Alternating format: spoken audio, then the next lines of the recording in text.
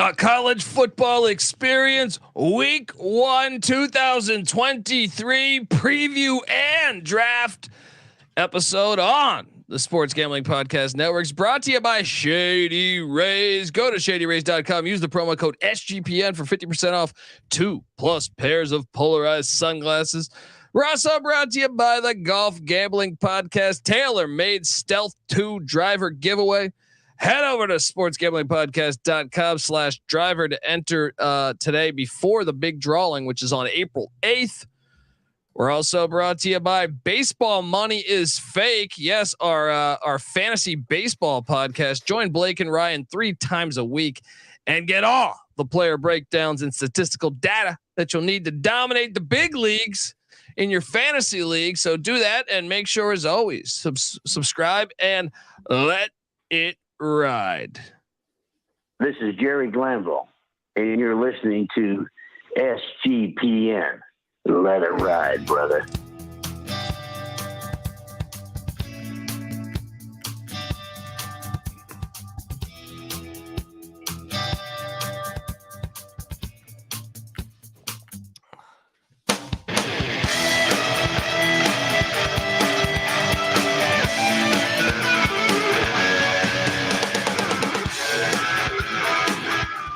Yes, yes, yes.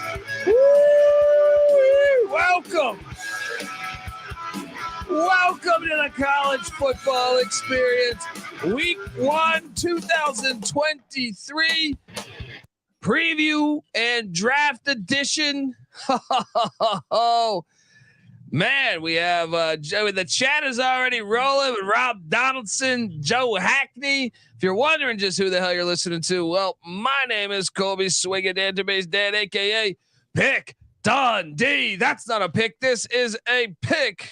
He was raised in the land down under, where a man thinks on his feet, speaks with his fists, and lives by his wits. When Dundee happened, he was a superstar. I'm probably drinking too much and celebrating too much and not sleeping.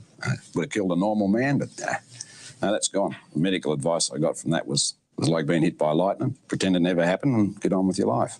I'm dying in this fucking country ass fucked up town. Shit flying in my mouth. The fuck? I can't see pollen. And let's get the fuck out of this country, mother. Oh yes. Shout out to the chat rolling along. It feels good to be alive, man. It feels good to be alive because we're talking college football. And you know, I'm delighted that the chat is rolling along. You know, it's the first time I've ever said I'm delighted at anything in my life. And I am joined by the birthday boy himself. Look what I did here. Look at that. You see that? Oh, yeah. Oh, look at that. Wow.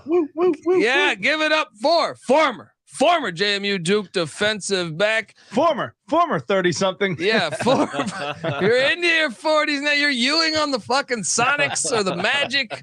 You got the knee pads. Well, I guess he had knee pads like a 12-year-old. I think Ewing on the Sonics was still in his 30s. That's true. You're like I'm older than Ewing on the Sonics. You're like Herb Williams on the Knicks. All right, player coach. That's right. Give it up for former JMU Duke defensive back, the burrito eating, sideline kiss stealing, wheeling and dealing, Patty C in the place to be. Hi-oh. Oh, we got Muddy Waters, my dog in the studio, who starts howling along to wish Patty C a happy birthday. And we are also joined by third man in the booth. Give it up for the DFS god himself, the rooftop IPA drinking, homebrew making, Tobacco Road living, the free lock giving, former Herndon Basketball League MVP. Give it up for NC Nick in the place to be. There we go. Tell him, Muddy Waters. Are you hearing Muddy in the background here as he keeps howling? God forbid an ambulance go by because he'll howl for 5 minutes here. We appreciate you howling. He's celebrating, Muddy Waters part Husky, so the Yukon Huskies did get it done. There you go. Now, if a lot they of can reason just to celebrate. Yeah, the family coming up. Yeah, family's coming up big for Muddy Waters. and he's looking at me like he wants to kill me right now. But look, guys, here we are, another season. This is, I feel like, we did the week 0 last week. Go listen to our week 0 preview. But here we are, week 1. And boy, am I excited to talk college football. This is like the real kickoff to me. This is the real kickoff. I know we're still like over, 100 days away or something, 130 days. I don't know what it is, but we're there. Yeah. We're there on Patty C's birthday, Let's go. Boom. All week right. 1, baby. Week 0. What would you say that appetizer is in the list of appetizers you might have? Week 0 of this year. I feel like that's chips without salsa. It's a pretty freaking weak appetizer. Yeah, week 0, I would say. I mean, at least there's 10 games with FCS. Like 5 years ago, it was like 2. So I'm happy. It's getting a little bit better. I'm happy with that development. It's not fried calamari just yet. Yeah. But I think it's getting better. Week 1 is the question here. Guys, what do we think? And this is our draft edition, folks. If you've never listened to us, we've done this for years, but we essentially draft. We go in order. NC Nick leads the way. Then well, actually, no, this week will be Patty C first. It's his birthday. And then myself, then NC Nick, and we draft the best games, top 30 games of the week. We also give you this year we're adding an FCS versus FCS game of the week to watch. And also the what the fuck game of the week, where we essentially do, where the hell is this drop? All my stuff's in different spots. Yeah. He felt like shit afterwards. The what the fuck game of the week. All right, where you feel like shit if you watch that game because it's the worst. Good drop for that game too. Couldn't find the loophole, so I went with Jerry Birds. So guys, I think overall this week 1 is a little bit different than week 1s we've seen in the past. There's less of those like big time, premier program neutral site games. I think there's only 4 neutral site games, and one of them is Louisville, Georgia Tech, and Atlanta, so that barely even counts. Yeah. So really, just like 3 neutral site games. So Look, maybe not.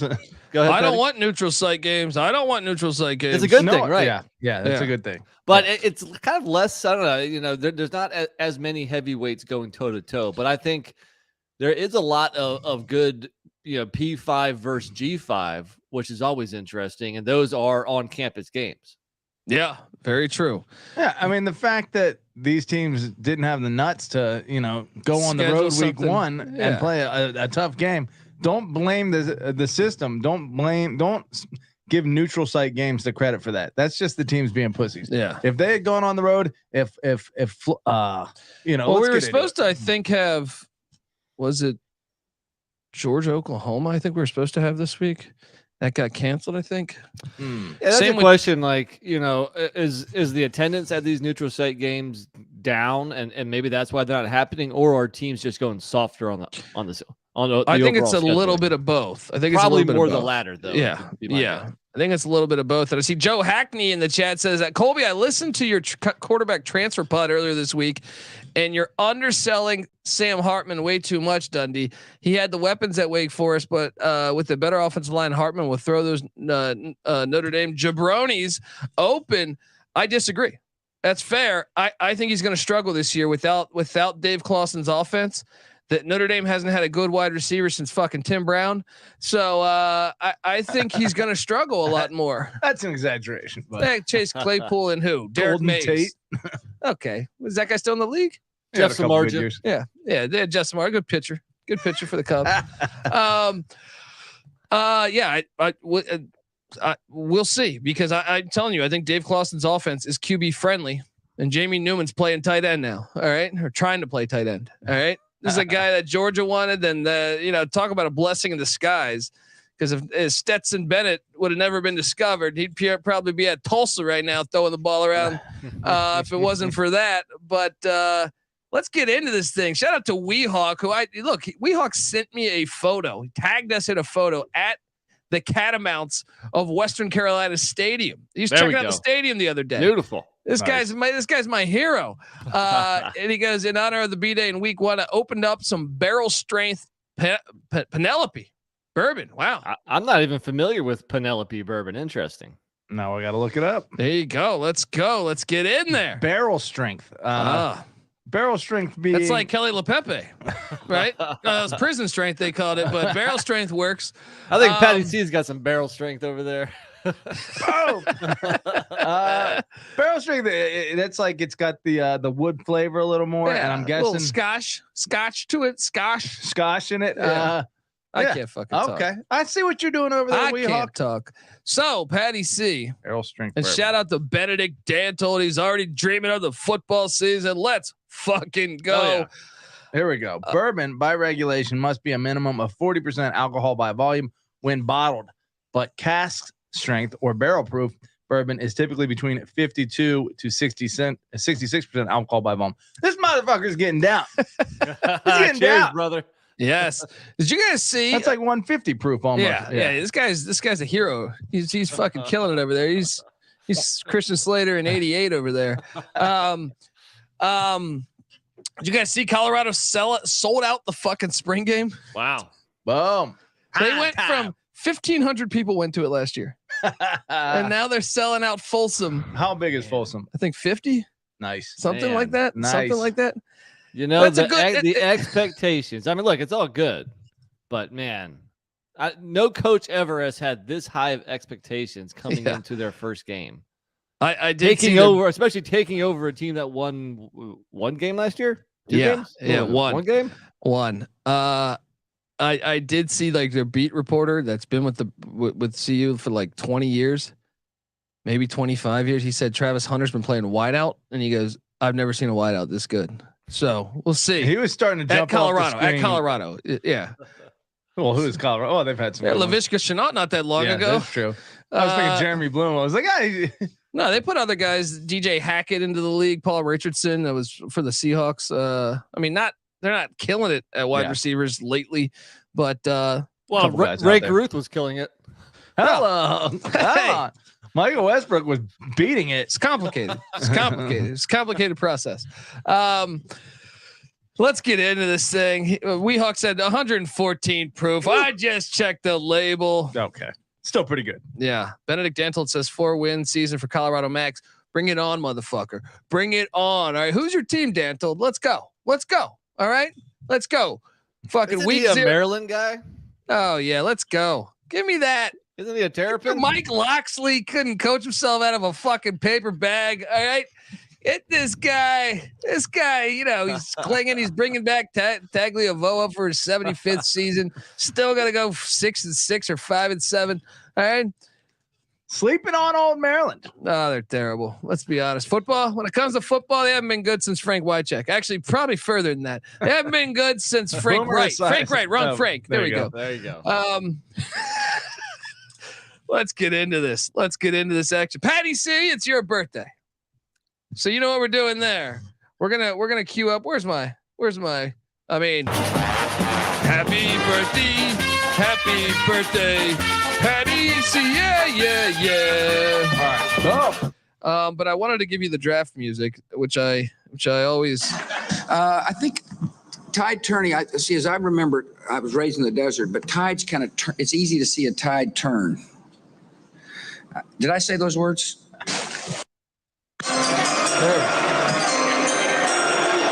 Patty C is on the clock with the number one game he wants to see, week 1. I mean, this is fairly obvious. And look, I caught a lot of flack last year for putting this game pretty high on the old list here. And matter of fact, I'm pretty sure you laughed in my fucking face. I wish I had pulled that clip up just for this episode, because you laughed in my face when I chose Florida State to upset LSU. And lo and behold, they did it in Baton Rouge. Or no, that was in New Orleans. Yeah. That, talk about a game that should have been on campus. That would be better on campus. Yeah. New Orleans is one thing, the filthy dome.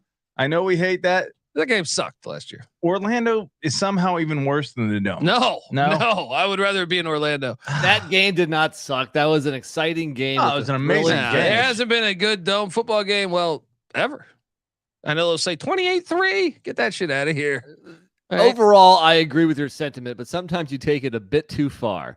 Patty C, I agree with you. This is the number one game of the weekend. No, it is not. This is two potential top 10 teams, two potential Florida Heisman State candidates. Beat one team with the winning record. Jordan Travis and Jaden Daniels. They beat LSU. That was the only team. The only team they beat with a winning record, and it was on a missed. That's because they played in the Brian ACC. Kelly year 1, game 1, blocked extra point. It's Sunday night, which basically has the day to themselves. This isn't even the best game on Sunday. What's the other game on Sunday? We'll get to it. We'll get to it, buddy. All right, scroll down. All right. That is not even close to the. Look, I hate neutral site games. You can take this game, shove it up your ass, because I'm still not excited about this game. Orlando is a lame location for this. It should be in Tallahassee, but look, we are getting to top 10 teams. They're not going to be top 10 teams. LSU will be potential playoff teams. Oh my invitational, God. as it were. Oh my God! What? You guys act again. How many times do you have to doubt? How many times do you have to doubt? And Florida State has come up. Jordan Travis is a year older, a year more experienced. Is he a golfer in the Masters? Sounds very golfish. Let's be honest. Look, sometimes he'll be injured by week 4.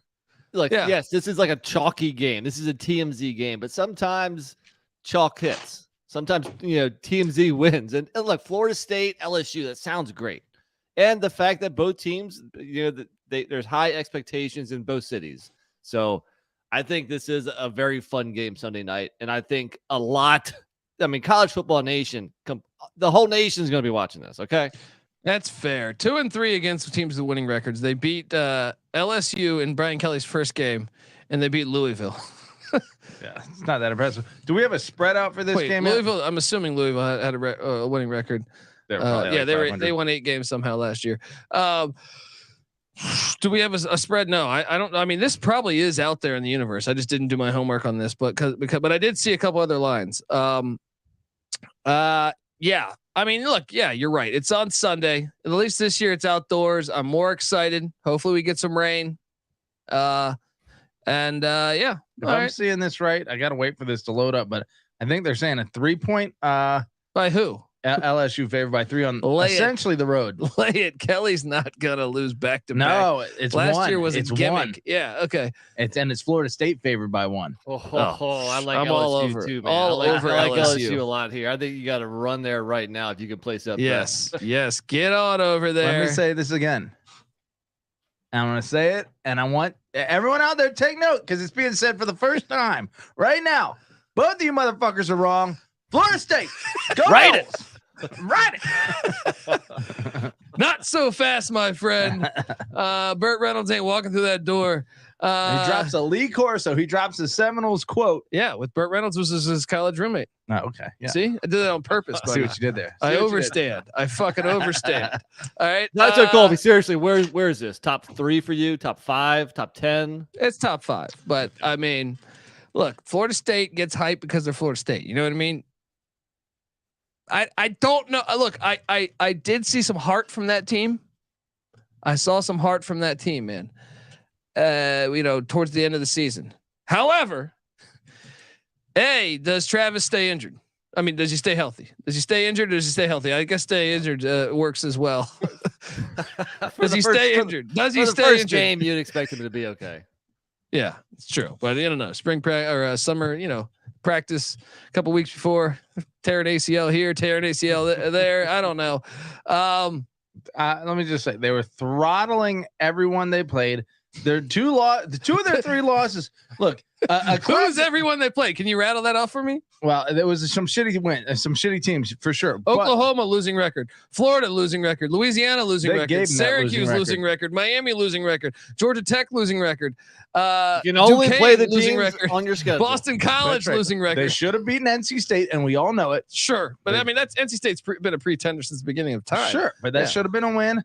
Clemson was a damn close game. NC State should have been a win, just like LSU should have been a loss. Not really.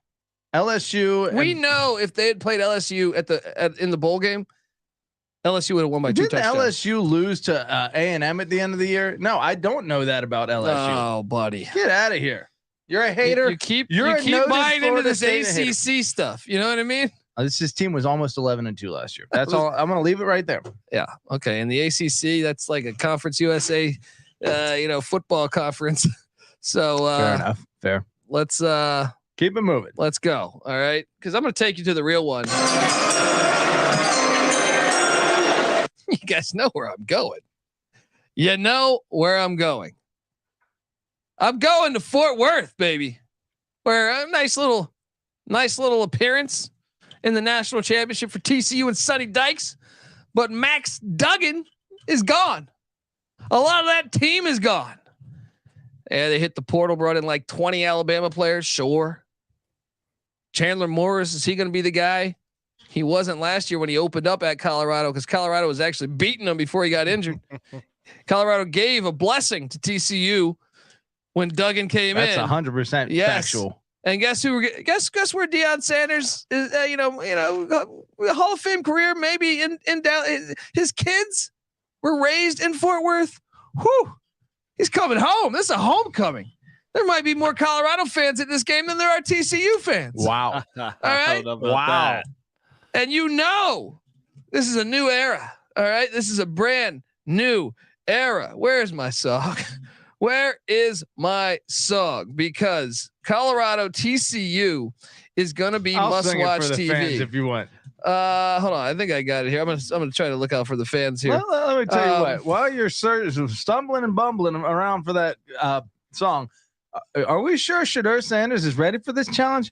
Are we sure Travis Hunter? Are we sure a team that was this terrible last year is ready for TCU? Last year they were that terrible, and at halftime it was a game against TCU.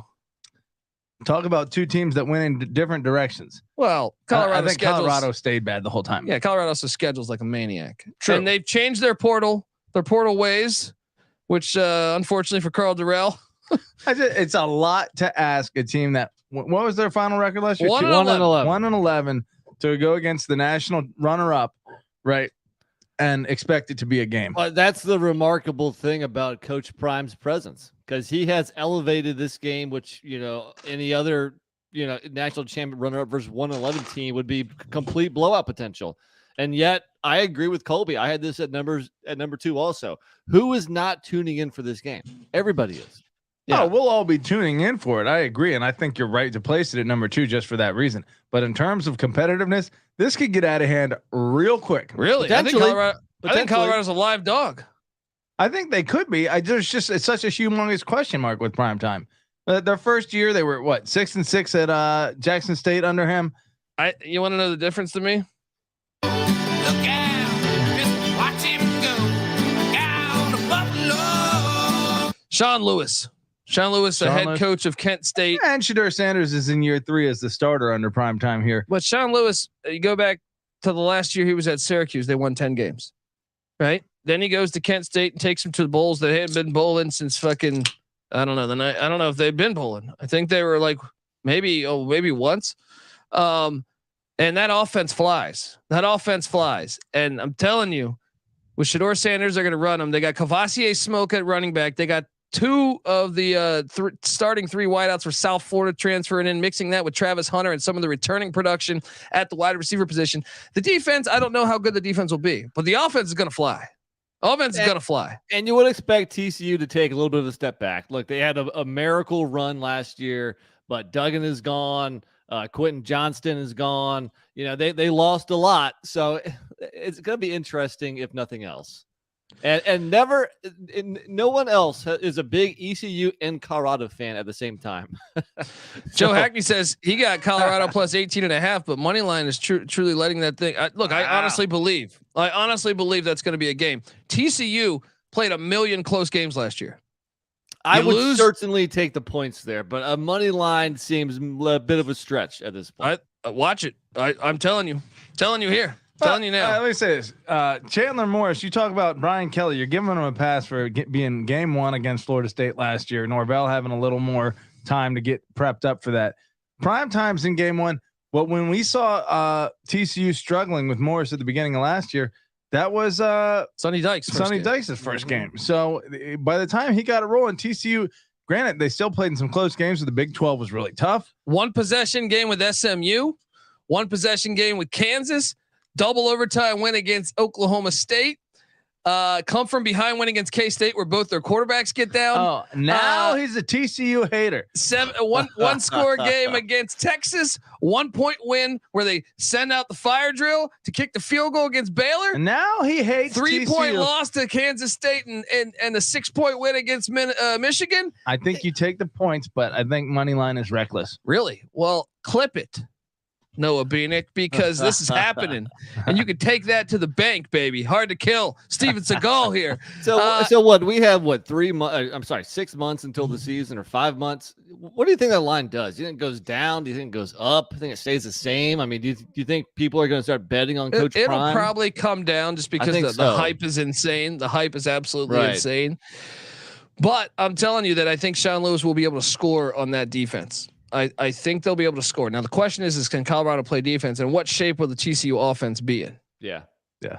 So, from a betting standpoint, obviously, this has a similar feel to right after Ohio State won the national championship. They're playing a Virginia Tech team that had gone 6-6 the year before. A lot of people were sleeping on it. That line started at like 21, 22, I feel like, and dropped all the way down to like 13 by game time. Amazing opportunity to middle that. And then if you're thinking that line's going to shrink a little bit by game time, you're right. If you got it at 18.5, or if you get it right now, depending on how big it is, then maybe take a chance and middle it. Yeah. And another thing is, like, you look back at last season, TCU got that win. They had a punt return for a touchdown. They did in a trick play, a wide receiver screen or whatever, a wide receiver pass for a touchdown. Telling you, that game was a lot closer than people realize. TCU threw for 138 yards and won that game, right? Colorado's terrible quarterback play threw for 235, right? And now TCU did have success on the ground. Kendra Miller and DeMarcado had pretty big days. Wasn't it Darius Davis that had like a punt return and a reverse for a touchdown? Yeah, that's what I'm saying. They had 2 trick play touchdowns, or 2 not trick plays. A punt return's not a trick play, but you know what I mean. Yeah. It wasn't a normal touchdown. Throw that game out the window, because it's like a totally different Colorado team, and a lot of TCU's going too. So I don't even know if discussing that game it has that much merit on this one. Yeah, fair. There would be something really poetic about primetime going essentially into Dallas. It's already written, dude. He's winning. Honestly, he might have the crowd.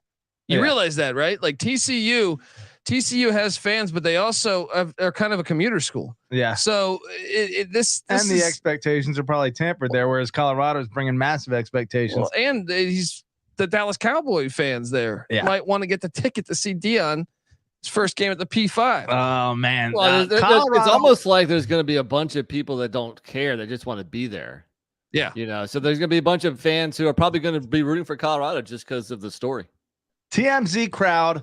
But if he wins that, the top will blow off of Boulder. Yeah. The mountaintops will explode in Boulder. Well, there's a chance. There's a chance. Like Colorado, someone in the chat said they're going to win 4 games. That could be fair. But there is a solid chance they could be 3-0. Like, to me, the TCU game is, to me, winnable because it's in Fort Worth, right? And TCU lost a lot, and they played a ton of close games last year. The second game is Nebraska, who's also kind of in the same spot as Colorado. They can win that, right? And then you have Colorado State.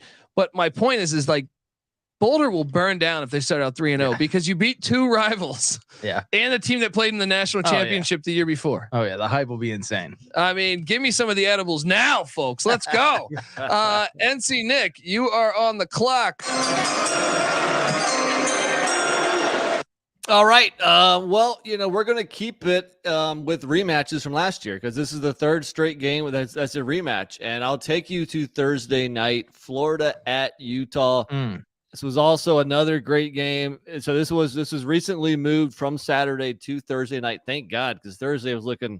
I love the Thursday slate, man. Especially with the addition of this. Yeah. Especially with the addition of this.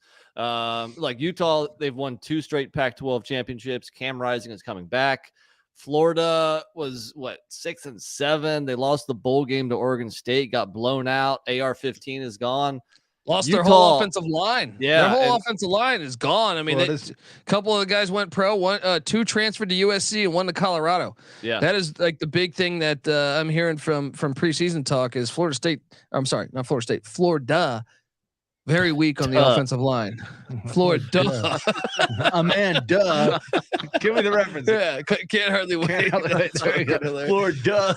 Somebody called me something. And Utah let them off the hook last year. Utah should have won that game, so they get revenge in Salt Lake City this time. So I'll be looking forward to that one. Yeah, that game's awesome. I honestly think that was my number 1 rated game. The game that I want to see most, I think. Florida at Utah, Rice Eccles. I like games on campus. I don't do this NFL corporate bullshit games. Play this over here at this stadium. No, I want the college experience here. And Rice Eccles gonna be absolutely rocking for this one. I can't wait to watch this one Thursday night. Patty C, what do you make of Florida Utah? Well, let me ask you this. I mean, I think it's gonna be fantastic for all the reasons you guys just said. Florida. Did they stand to potentially improve record-wise? 6-7, first year under Billy Napier, and now year 2. The schedule obviously. Do you know who their quarterback is? Who's starting there? Graham Mertz. Oh, hey, this is a tough opening game for good old Mertz on a Thursday. National spotlight game in the evening for sure. The elevation, catching them in August as opposed to during, closer to November is nice for Florida. But I still think, Mertz brand new in that offense. There's a lot of kinks that need to be worked out. Now, if Florida goes in and gets Utah here, the SEC is going to, again, have a lot of trash talking rights, particularly because Florida could have, a down year again. I don't have this in front of me, but I believe like Utah has handled their own at Rice Eccles outside of the conference. Like I know Michigan with Harbaugh lost there. Yeah. I feel like in the Whittingham era, they have really handled their own. Super tough place to play. Yeah. Running down Florida's the remainder of their schedule. It's kind of not that hard of a schedule this year. Yeah. If they have a decent 9-win season, or especially, I mean, I can't see them really going much above that, but this could be a nice feather in Utah's cap here. I think I do enjoy this, especially after last year. Utah should have had that game. Oh, they were at the 1 yard line. They throw a pick. If they just run the ball. First off, I thought the running back got in the end zone on one of the calls and they didn't review it. Yeah. And Joe's saying it's opening up at Utah -8. Or about opening up, but right now it's -8. And I think I like laying the points there. I think I do too. And until I know that maybe, the portal is going to open back up and I expect the Gators to be trying to buy offensive linemen left and right. What had Napier's identity been at Louisiana? It would recruit really good while the rest of the Sun Belt doesn't and win. But from an offensive standpoint, that offense was not great. Yeah, it was not last very couple of years. Yeah. Levi Lewis was a solid quarterback, but that offense wasn't great. I think they were more of a stronger defense. They played so many close games like that. They won those games, but you could say man, their talent level was so much better than ULM's, so much better than Arkansas State's, and they're 1-2 point games. I thought it was a questionable hire at the time. As did I. We will see. Gonna be a fun one. Patty C, it is going to jump back to you, buddy. Actually, before we do that, since I can never remember this part of the show, I want to tell you that the college football experience is brought to you by Shady Rays. Kick off the new year with new gear that's built to last. Our friends at Shady Rays have you covered from the sun to the slopes with premium polarized shades, customizable snow goggles, and much, much more. Shady Rays is an independent sunglass company that offers you a world-class product that's just as good as any expensive pair of sunglasses you've ever worn. They got durable frames. They got extremely clear optics for outdoor adventures. All right. And that's not all. Shady Rays offers the absolute most insane protection in all of eyewear. Every pair of sunglasses is backed by lost or broken replacements. So let's say you and some friends want to go see the Gators. Maybe you guys are all Florida fans. You say, fuck it, we're going out to Salt Lake City. And Gator. Yeah. And look, you bring your own alcohol because there's no alcohol in that state. And you are just sitting there getting absolutely cherry bombed 24 hours before the game, right? You're sleeping out there and like the Cameron Crazies because it's August, and you finally get yourself into that stadium, start enjoying the game. And damn if, one of your buddies is talking shit and you end up in a brawl and your glasses get broken. Well, you go right back to Shady Rays. You say, hey, my glasses broke. They don't even ask questions. They're not going to say, hey, were you completely cherry bombed at Rice Eccles? No, they're not going to say any of that. They're just going to say, here's your glasses. Boom. What a deal. What a deal. And look, wear your Shady Rays with confidence because they have your back long after your purchase. With Shady Rays, you can look good. You can feel good. To date, they have donated over 20 million meals to fight hunger with Feeding America. Hey, man, their heart's in the right place. You got to love it. And look, even, let's just say you just don't like the glasses. They didn't break. You didn't lose them. You can return them for free within 30 days. There's no risk when you shop with Shady Rays. Their team always has your back. And right now, exclusively for our listeners, Shady Rays is giving out their best deal of the new year. Go to shadyrays.com. Use the promo code SGPN for 50% off 2+ pairs of polarized sunglasses.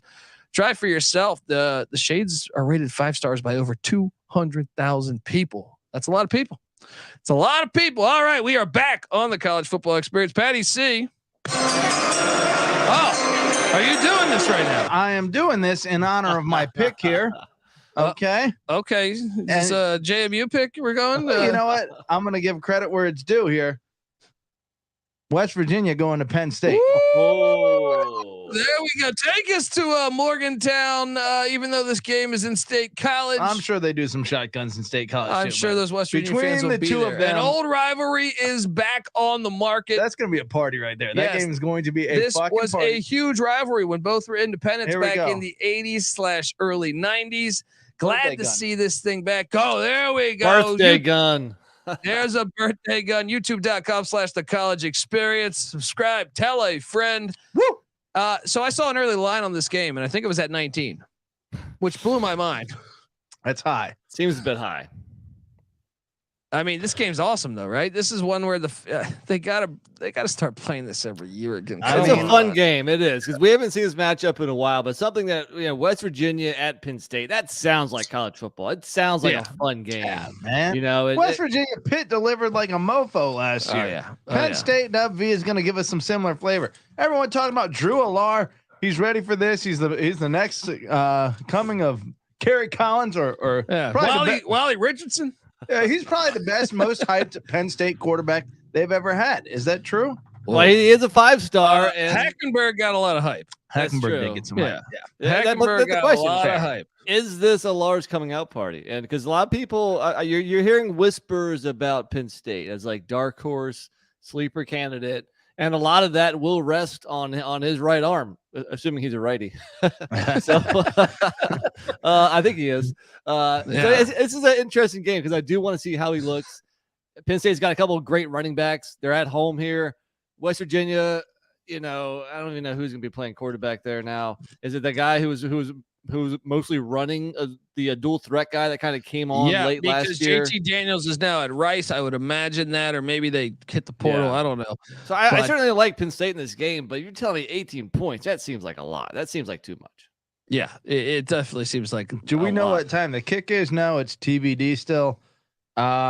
No, that matters. That matters. It's a lot harder if it's a primetime game. Yeah. I haven't seen any whiteout news regarding this game. I don't know why they would. It's not a rivalry at this point. Maybe they want to honor their old rivalry here, but can you do me a favor? What's that? Can you let my dog out? Yes. He's on some gear over there, and I just feel like he's very close to ending the first episode of week 1. All right, no more dogs in the studio, okay? Yeah. We can only pick dogs. There you go. Let him out there. Muddy Waters. We'll be back. But yes, okay. West Virginia at Penn State, I do think is absolutely fantastic here. So good play.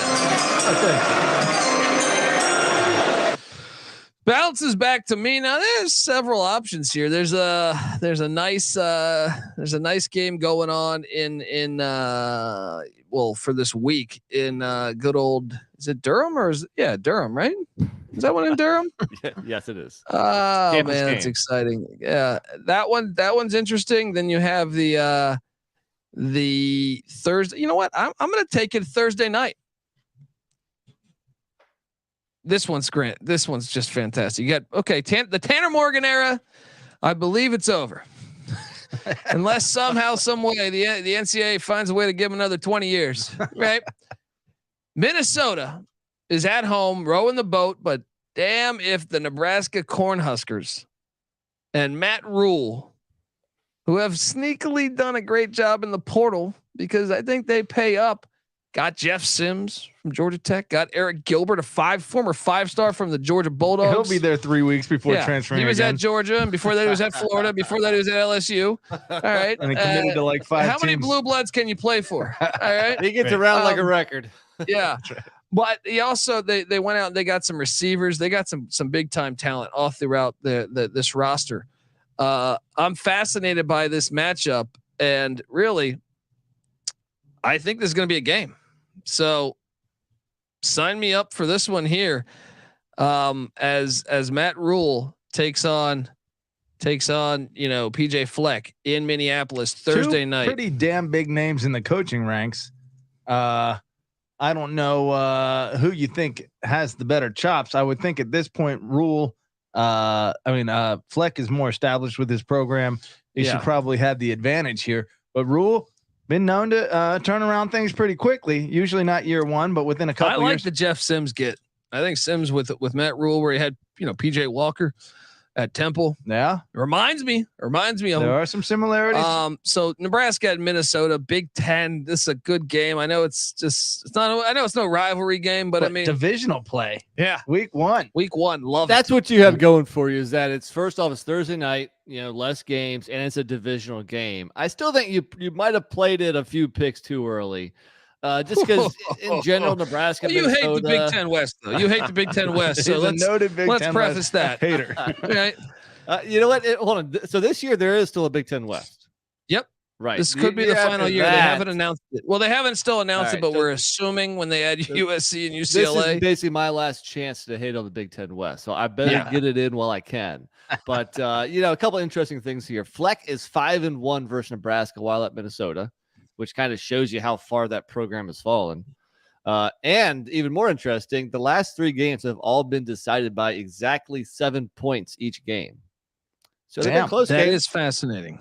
They've been close games. It's a good game.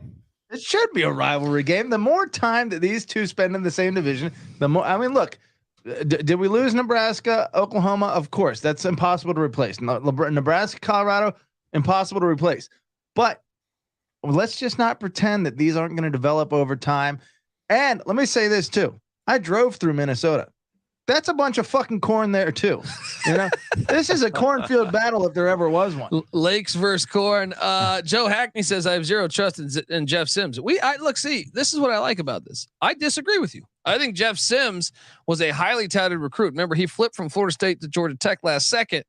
That was a mistake because Georgia Tech did nothing to develop him. I think Jeff Sims is a very talented quarterback if he can find the right coaching, that fits it. And I think Rhule will definitely be better at least than Jeff Collins. Can't be worse. I think he could be a dangerous playmaker. I think it's an interesting get, and I do want to see him in Nebraska because I always thought he had potential, whether it was his shortcomings or the offense or the coaching or a combination. That's fair. So I am intrigued to see how he does there. How did Jeff Collins do, like passing percentage wise? Well, they haven't had a good receiver since they ran the triple option, Demaryius Thomas and Calvin Johnson. So it's crazy. Maybe they should go back to that. That is true. PJ Walker, though, obviously, I really didn't catch much of his career at Temple. I caught more of it in the XFL or the NFL. He's been in the NFL for the past 3 years. Yeah, he could fling the rock. I mean, the similarities of obviously the mobile quarterback with some wheels. But I mean, and I think Sims, what was he? He was like a high 4-star or a 5-star, he was a big time recruit. Yeah. If he can fling, and then talk about a great move for him as far as like professional career development. Let's see. Let's go. All right. So Nick hates on my game, but it's okay. Let's hate on his. Where are you taking us, NC Nick? You mentioned it, man. I will take you Monday night to Durham to my conference at ACC. Oh, God. Clemson at Duke. This is okay. So a game by itself. And I think it's a very interesting game because out of nowhere, Duke and Mike Elko won 9 games last year. And Patty C disrespecting the Duke Blue Devils. I would argue that Duke was better than Florida State last year. You could argue that. You could. They didn't play. Unfortunately, the ACC still had that stupid thing because we could have seen a nice ACC championship perhaps with Duke and Florida State. The last time we saw Duke, they waxed UCF in the bowl game, which was a nice win. And if you look at their losses, all of their losses were 1-score games. That's what I'm saying. This team almost went undefeated. Yeah, they lost by 8 at Kansas. They lost in overtime to Georgia Tech, which not a good look. They should have beat GT. They lost to 3 at home against the Tar Heels, which is a game that still haunts me because they had that game so many times, and then they lost by a couple points at Pitt. So, and also now it is the Cade Klubnik show at Clemson. I haven't seen a spread here. I'd be curious, but Lincoln Riley's brother Garrett Riley, the new OC at Clemson. I think that's what makes it super exciting. Yeah, is he's going to find a way to move that rock. Yep. Well, let me tell you why I hate on this game. Okay, 10 of the last 11 times Clemson has played Duke, Clemson has won by more than nine of the last. They've won 10 of the last 11. 9 of those wins by 24 points or more. 0 with Mike Elko. I don't care. History. You know what Mike Elko, you know who Mike Elko spent a long time with?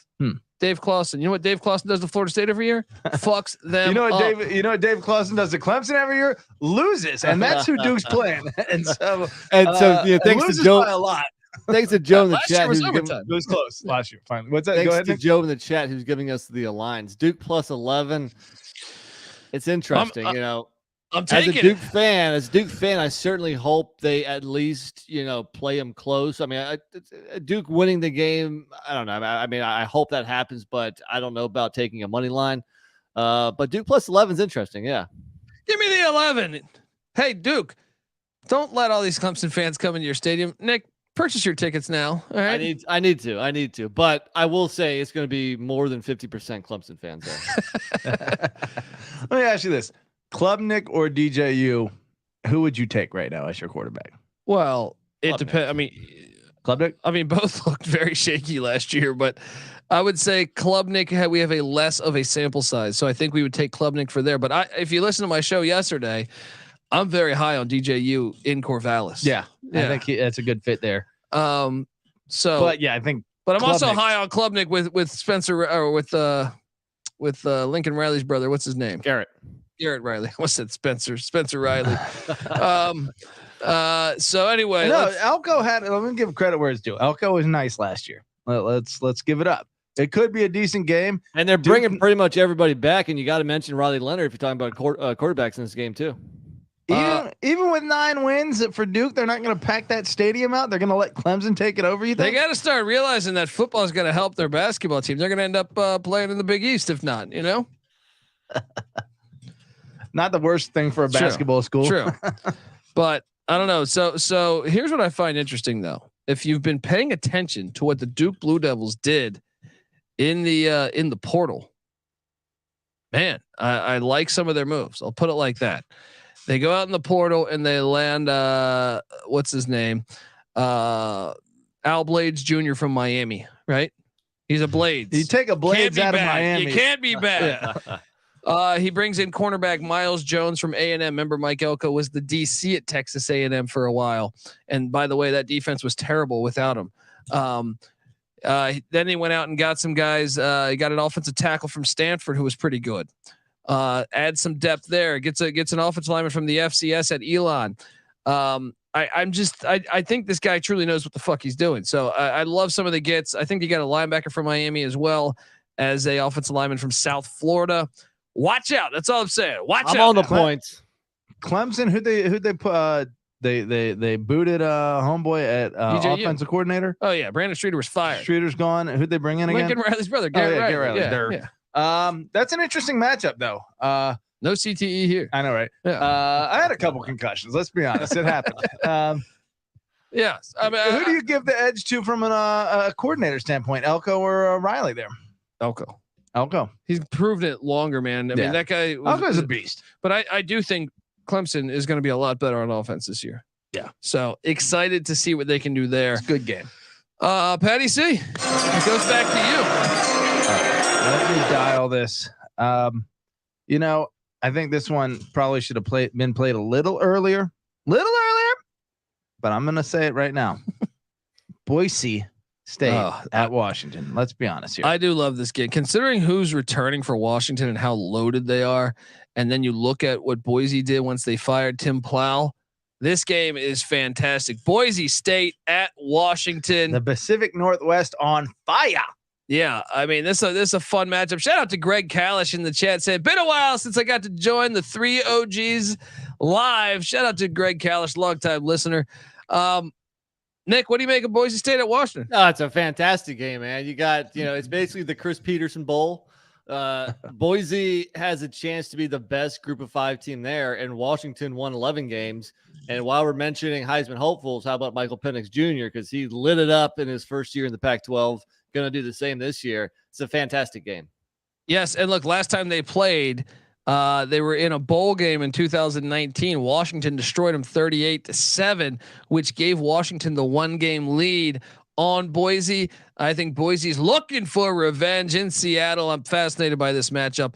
Kind of two different styles now. When they switched to Taylon Green, they became a hardcore running team. Boise, hardcore running team, good defense, and then Washington firing that laser all over the field with Penix and all those receivers coming back. This is a great matchup. I think there's a good. Do we have a line, chat? Do we have a line? Yeah, let us know. We have a line. Hop in the chat. Taylon Green and Boise hasn't had a dual threat, and I mean who Bogmeyer, Zabransky? No. Zabransky was not. No, it's the guy we talked about in the USFL. He was there 1 year. Oh man, he's starting for. We think he's going to start for the Houston Gamblers. I'm drawing a blank on his name. I feel like they haven't had an elite, and Taylon Green started to show real signs of. Dude, he was a true freshman last year. Great play last year. True freshman that just, I saw some people compare him to Josh Allen with the way his arm strength was. It went back when Josh Allen was at Wyoming, not on the Buffalo Bills. So an actual black-white quarterback comparison. Unbelievable. Yeah. What are you talking about? I said Warren. Not from you. I said Warren Moon's like Mark Rippon. All right, but better. That's really unfair to Warren Moon. Hey, who's won a Super Bowl? It's true. Ouch. Who's won a Grey Cup though? There we go. There you go. There we go. Yeah, I mean, I love this matchup. I think this matchup is this is one that I feel like this should happen every year. Hey, you know what? If you're going to add San Diego State Pac-12, why don't you just do Boise? I understand it's not a big enough TV market, and you're looking at all that shit. But if you want winning culture, which essentially is going to pay off for your conference long term, Boise State hasn't had a losing season since like 1997. Well, here's a chance to prove they're among the elite once again. Yes. And something they've been lacking in recent years. Boise in the state of Idaho, much like Montana, is just being taken over from people leaving California also. So it makes sense to put them in the same conference. Yeah, especially like they're going to end up more talented. Like let 20 years of that happen, where California's only got rich trash like me. I'm not rich, but you know what I mean. All right, I'm rich with college football knowledge. 1 out of 2 ain't bad. I'm rich with college football knowledge, but just not, and passion. Yeah. Well, if anything, I'll my Venmo is I'm joking. ECU pirate. Yeah. All right, let's hop into the next one here. Pick Dundee on the clock. Oh man, look, I love it when the pressure's on me to give you a winner here, and good ones. You're telling me I gotta play a neutral site one. I think. I think I gotta play the neutral site one. Border battle. It is a border battle. Are you kidding? You're gonna play this already? North Carolina versus South Carolina. What the hell did you think I was playing? Different border battle. Close by, but different border battle. North Carolina versus South Carolina in Charlotte. You remember that there's a GIF of Mac Brown dancing that was from his first game ever. Well, his first time in his second stint at North Carolina when they were heavy dogs and they beat South Carolina with Will Muschamp, and then he was dancing in the locker room. Yeah. Well, this is a rematch of that. Mac Brown, and this time Mac Brown, you know, you got to wonder. It's a big year for him because they lose Phil Longo to Wisconsin. They got Drake May. I know they extended him, but I mean, the guy's like 78 years old. You know what I mean? So it's an interesting matchup. Then on the other side of things, you have South Carolina, who just got absolutely raided in the portal. Think about this. Yeah. Mac Brown got booted from Texas like 15 years ago for having a country club culture because he had gotten old. Now he's a geezer. Yeah. And he's in North Carolina. And he's been winning more than Texas. That's true. And so I mean, South Carolina obviously had a great end to last season, with the exception, I think they lost to Notre Dame in the bowl. Yeah. But they beat Clemson and they beat Tennessee. Right now. Beamer's teams have started really slow. Another thing is they got destroyed in the portal. Their All-American tight end went to Florida State. Their best defensive player left. I mean, they look at it. I'm telling you, they got destroyed in the fucking portal. So they got the work cut out for them again. They can't afford slow starts, which has been both the things that have happened to Beamer in both 2 years. Now, let's see. As I kind of think South Carolina, they bring back Spencer Rattler still. Rattler against Drake May. I know the scoreboards, the defense is going to be very minimal this game. NC Nick, you are in the great state of North Carolina. What do you make of this matchup? It's a fun matchup. I mean, these teams used to play just about every year, you know, until South Carolina left the ACC, and then like around the 80s or so, the games became much more sporadic. But the Gamecocks have won 4 out of the last 5. And it's going to be a great matchup, man, because there's Drake May, but we've mentioned on this show multiple times, at least I have, is that May's first half of last season was better than the second half. I think some of the defenses called on to what the Tar Heels were trying to do offensively, and they really slowed him down. His efficiency dipped big time. His turnovers went up. So I'm interested to seeing, you know, year 2, what he can do against an SEC defense that was hit hard in the portal, you know, right off the bat. So in the chat, we're hearing it's the South Carolina plus 1.5. I might go UNC. That's so tough. I need Rattler and May. Is there a better quarterback matchup? Yeah, that's a great rivalry. This rivalry goes back to 1903, folks. So I'm excited to watch this one, and it's hilarious because Carolina didn't lose their first game to South Carolina until 1924. However, this series is getting a little closer. 35-20, 35-20-4. Once again, they used to play every single year for a long time, and then it went away. Yeah, I want to say 49-70. I think the ACC was formed in 52. So a couple years prior to the formation of the ACC, and then for the first 18 or 19 years of the ACC, every year it trickled Still wish off. it was on campus. This is one that would be perfect. Do a home and home instead of this corporate NFL Bank of America stadium where there's a statue of Jerry Richardson. The last 2 games have been here. They've been split 1-1, 2019 and 2021. It seems like every 2 years they're playing this neutral site bullshit game. But South Carolina has dominated the rivalry of late, have they not? They have. They really have. So I love this matchup, and that is my play. NC Nick, it bounces over to you. Well, the only thing better than a border battle is an in-state showdown, especially this one here, because it was a fantastic game a year ago that went into triple overtime. And you have one of the teams, I'm talking about UTSA at Houston is the game. So, yeah, you had a great game last year. You got both teams in the state of Texas. And I think extra eyes are going to be on Houston as they are, you know, a newly Power 5 program. You know what I love all that, and then though Frank Harris, one of the best quarterbacks in the nation, coming back for UTSA, you got an excellent game here. And Donovan Smith, who's at times played really well at Texas Tech, transferring to Houston. This game's hilarious to me because, well, first off, it was a great game last year. UTSA blew a 17-point fourth quarter lead to get for Houston to get this game in overtime. And what's great is you have this opportunity going on in the state of Texas. Houston's now a Power 5, right? Everyone's saying, hey, you know, they spend money. This program has potential to really skyrocket over the next 25 years. You know, like to really become a power now that they're in the power. But this year only, they get to host the Texas Longhorns, which Houston alums have been waiting for that opportunity because Texas would never schedule them because they're a bunch of gutless wonders, right? Then you have this. UTSA says, wait, Houston got the P5 invite? We don't? I love this spot. You get a little, this UTSA team, brand new to the AAC, has a chance to make a statement. The UTSA faithful should be understanding of why Houston's getting this spot over them. But it's still a chance for them to get Big Brother, the new Big Brother. Yeah. Oh yeah.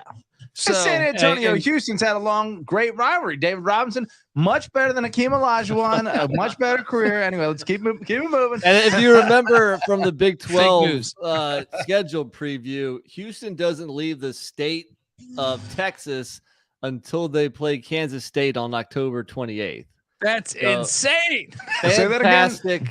Houston doesn't leave the state of Texas until October 28th. It's a big state. Their 2 away games are at Rice, at Texas Tech, and then just as soon as they go away to Kansas State, they come back and play at Baylor again in the state of Texas. So Texas is great regional college football. Yeah, damn right. I'm glad you appreciate it, dude. What if they had a conference, the Texas Conference? They really could. We can call it the SWAC. We can call it the SWAC. Wasn't that what it essentially was? Except Arkansas was in it. Yeah. I don't know. Bring it back. Yeah. I mean, you're right though. It would be fun. It would be a lot of fun. Texas really does just like they fuck everything up constantly. The University of Texas, you're saying? Yes. The University of Texas.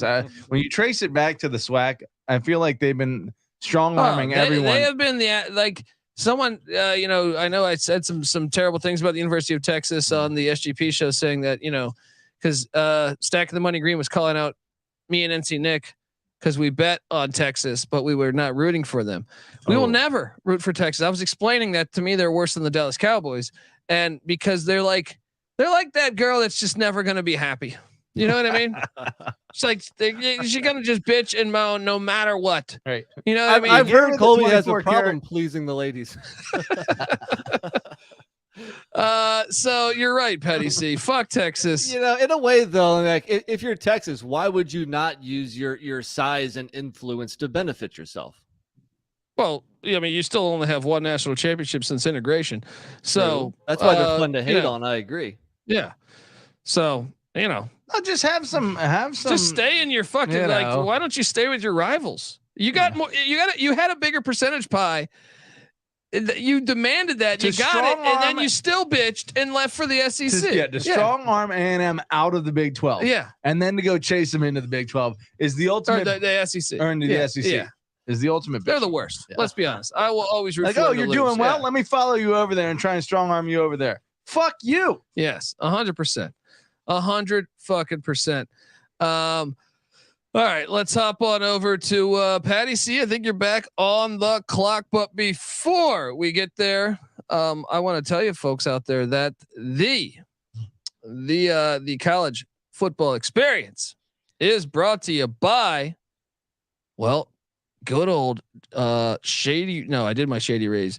Brought to you by Underdog Fantasy. Yes, Underdog Fantasy is a great place to get down on fantasy and player props all year long. Underdog Fantasy has your favorite NBA, NHL, and MLB daily games. Plus, they're already doing best ball drafts for 2023. Head over to UnderdogFantasy.com. Use the promo code SGPN for 100% deposit bonus up to $100. That's UnderdogFantasy.com.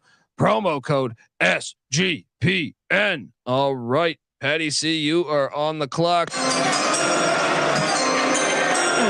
Scrolling around over here, I feel like this play is pretty obvious once again. And it's kind of regional as well. South Alabama traveling to the Tulane Green Wave. Oh, I love this game too. Two pretty damn good teams last year. What was South Alabama's record? 11-2, I think. 11-2. Yeah, Tulane beats you. 10 wins. 10-2. Tulane beats. South Alabama was 10-2 or 10-3. Was it? Did they lose the bowl game? 10-3 because they lost the Sun Bowl championship and they might have lost the bowl game too. Now let me pull up South. Yeah, I thought they might have won 11 last year, but I could be wrong. Sun Bowl. Yeah, they lost to Western Kentucky in the bowl game. Oh, that's a bad loss too. Shit the bed at the end of the year. Okay. They should have beat UCLA though. 32-31 loss. They got cute. Man, they are actually and I misspoke. 5 points away.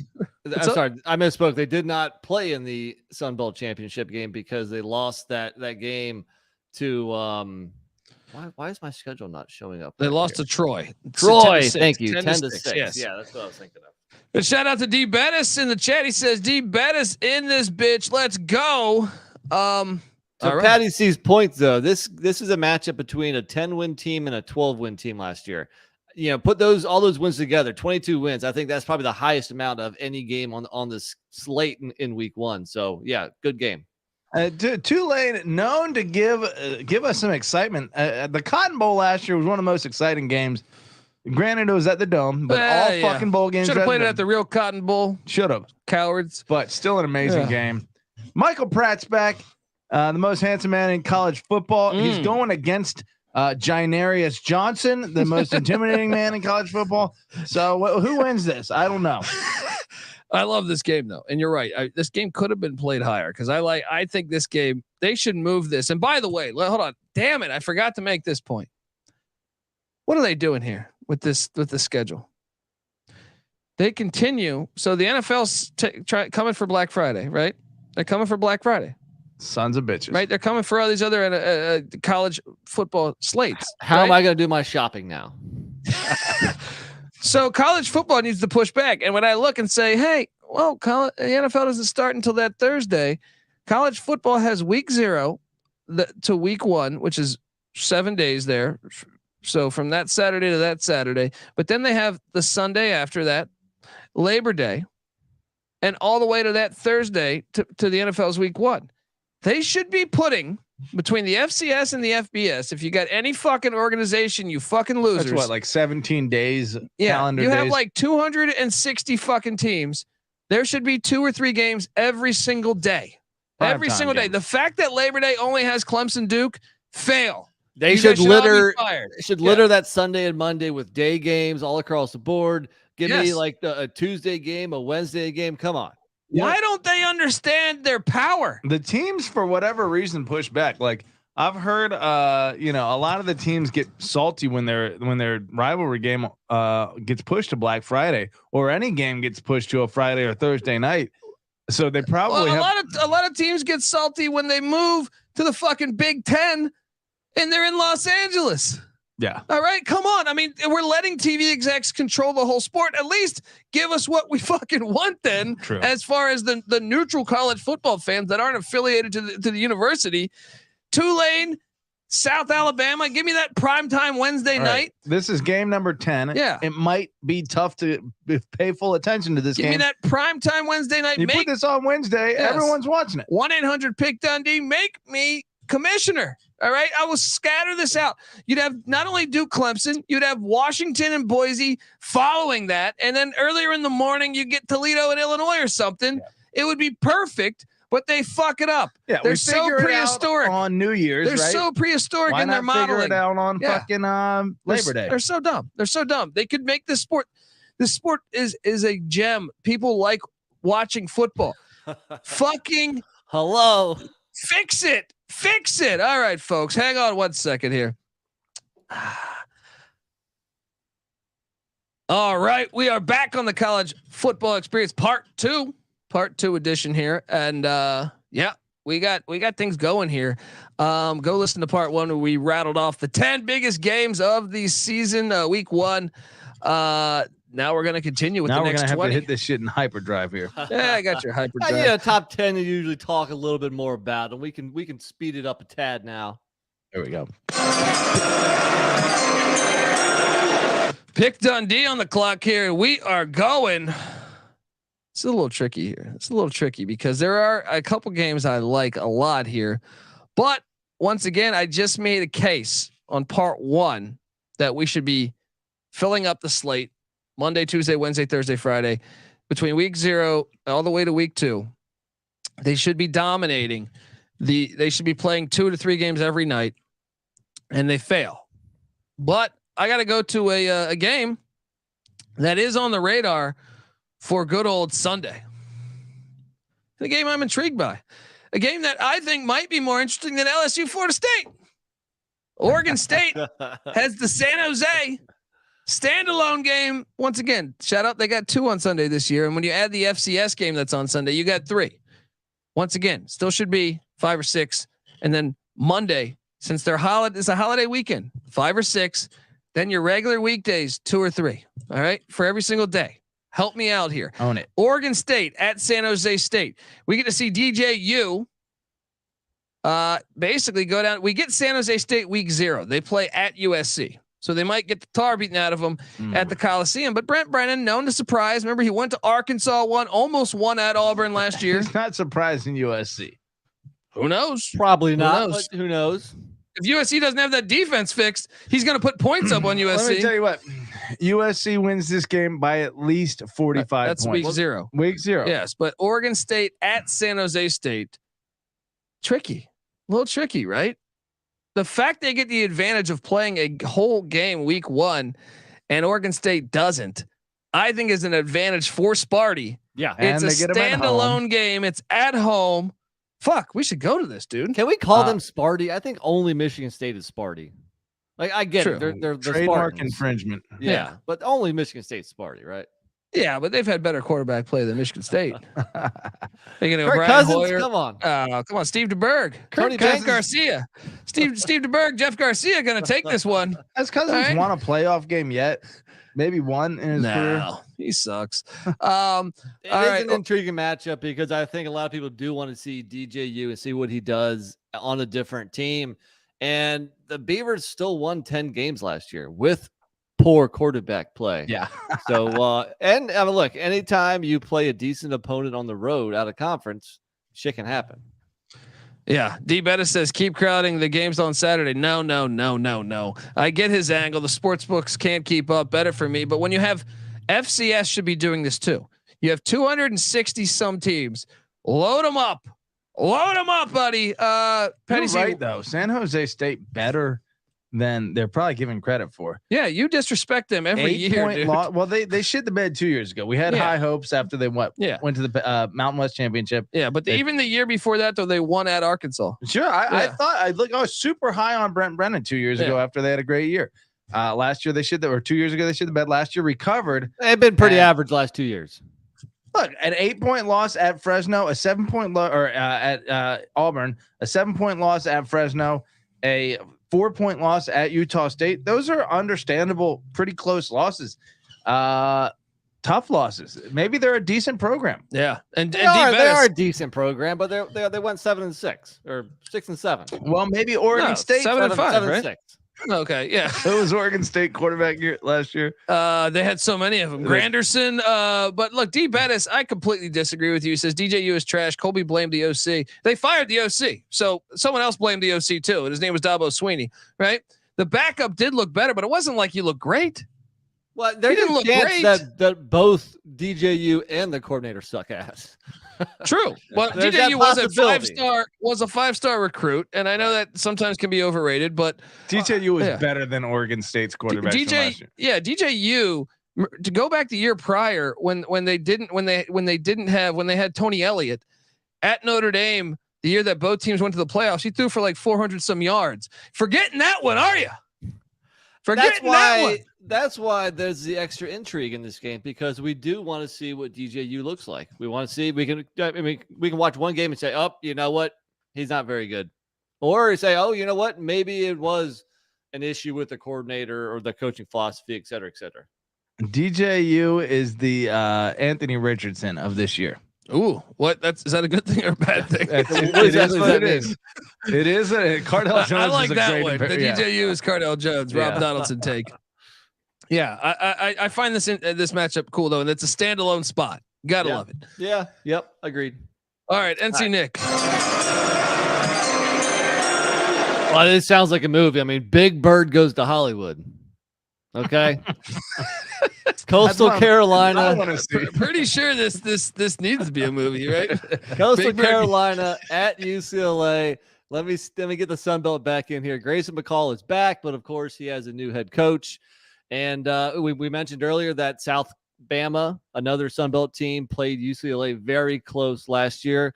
I don't know if Coastal Carolina can do the same, but this is, UCLA without DTR. So there's going to be some transition to whoever the new quarterback is. Yeah, so, College Schlee, could be Garbers, could be the 5-star Dante Moore out of Michigan.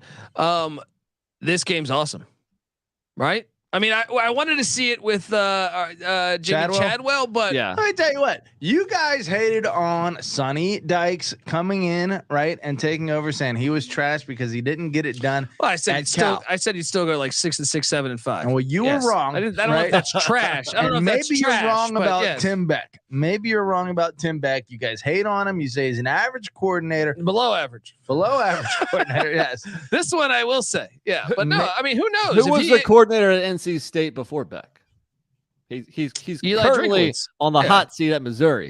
Eli Drinkwitz, yeah. I don't know what that means, but yeah, that means that Beck. I don't know. They're probably of the same quality. I think their offense is charted better with Drinkwitz. But I am concerned about this matchup because South Alabama was much better than Coastal Carolina last year, and that was with Chadwell. So there's a chance it gets ugly, but there's also a high chance. How many mullets will be at the Rose Bowl? They better call 1-800-PICK-DUNDEE so I hit them with, you can't scream too loud for your fucking team. All right. It's a wine and cheese crowd. I don't know if they're going to be okay with it. Patty C, what do you make of Coastal at UCLA? Gosh, the running back is Charbonnet. Is he coming back? No, he's gone too. No. Dude, they got the great white hope. Steele. Yeah, they got Lexington Steele. And then the quarterback, they got Schlee and Steele. Schlee and Steele. Oh, that's great. It's like a Hollywood Schlee movie and right Steele. there. That is a great. Look, you got Big Bird goes to Hollywood, and then you got Schlee and Steele. All right, this is a great. What's the Stallone and Kurt Russell movie? Tango and Cash. It's like Schlee and Steele. Key and Peele. What? Key and Peele. Schlee and Steele. D. Bettis. He's asking about the quarterback situation. It's a 3-man race. They have a 5-star freshman who's the highest recruit UCLA has landed in a long time, and Dante Moore, who flipped from Oregon to UCLA once Kenny Dillingham left Oregon, and then you have Colin Schlee, who is Kent State's starting quarterback. I like to say Colin Schlee. It's like Wayne's World Schwing, right? And then you have Ethan Garbers, who has been there for a while, backed up DTR, started some games because DTR was injured. And so they have 3 quarterbacks that are capable of perhaps starting week 1 here. That's a good thing. Yeah, that is a good thing. And yeah, I think this game's played in the right spot. Maybe you could argue a couple other ones. You know, Patty C, you were on the clock. I'm torn. Oh, gosh, there are a couple good games here. But here comes my bias. Here comes the bias. A couple games involving the Commonwealth, right? But I'm gonna, no, screw it. I want to see Virginia at Tennessee. Oh my God! Are you sure about that? Me and NC Nick talked about this this morning on my way into work, and I was like, that shouldn't be drafted in the top 30. Personal flavor here. Look, I mean, there's it's not even on campus. This spread will be 30 points. It will be. As a UVA fan, you might not want to watch this. It's going to probably be ugly, but you know what? Maybe there's some tragic magic. This is the first time they're coming back. Hollis, the running back, coming back despite Tony Muskett at QB. The Tony FCS Muskett, guy. UVA, the Musketeers, the Cavaliers. What do you got going on? Fuck you. We're going into Nashville. It is pretty bad. Everyone's shitting on Joe Hagney. What a terrible pick. Look, there's just not that many other good games. I would rather watch Idaho and Lamar than this fucking game. Well, if nothing else, I want to watch it to see what Tennessee is doing this year. Dude, how much they win by. There's another game in the state of Virginia. Sometimes you like to watch a blowout to see how good a team is. Tennessee's supposed to be a top 10 There's team. another game in the state of Virginia. No, that's what I mentioned. But I'm a little more obviously personally. It's a homer pick. Okay, it's a homer pick. Yeah, there we go. I hate you both. It's your birthday. It's okay. We'll be nice to you. Thank you. Not really, but thank you.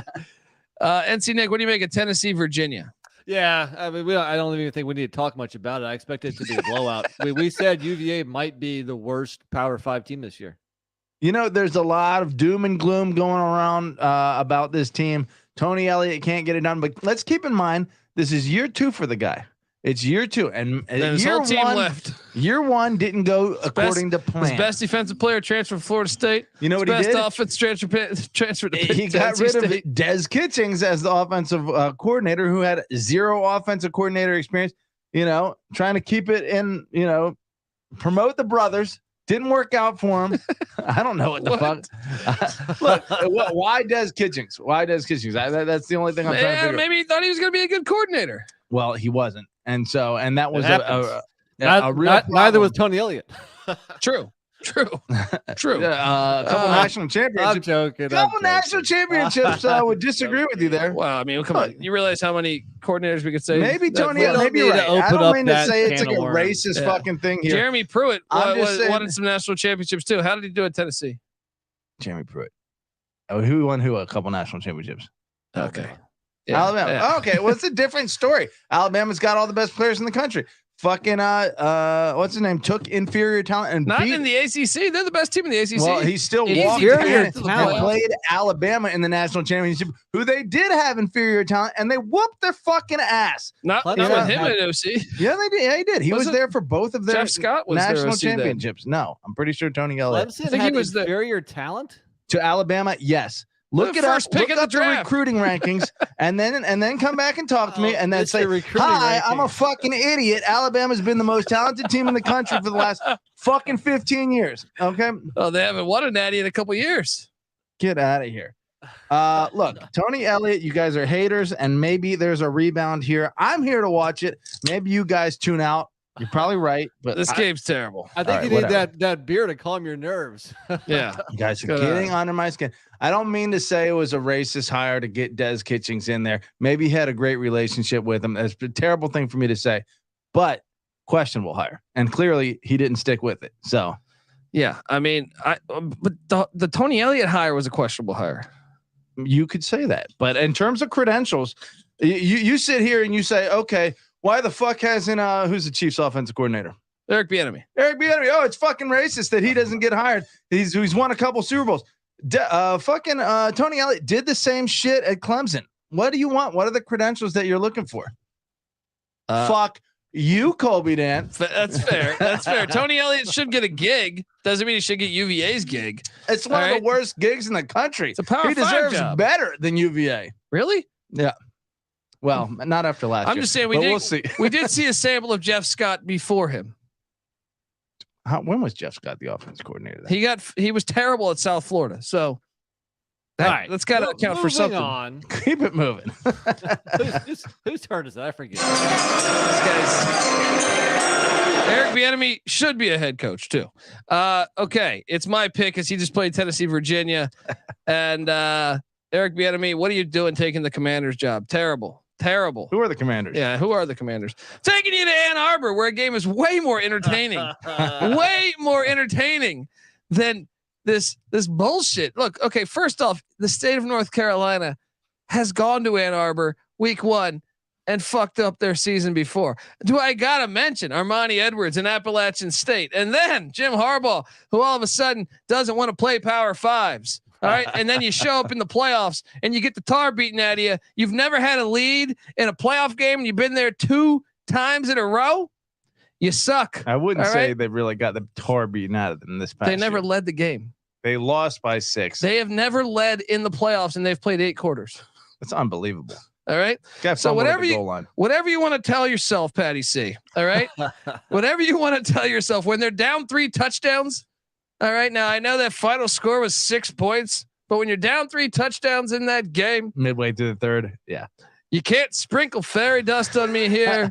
And then, because when you're at East Carolina, you go for it every time. Or you don't coach at East Carolina. You don't come to East Carolina. You don't play at East Carolina with a weak heart. Write it.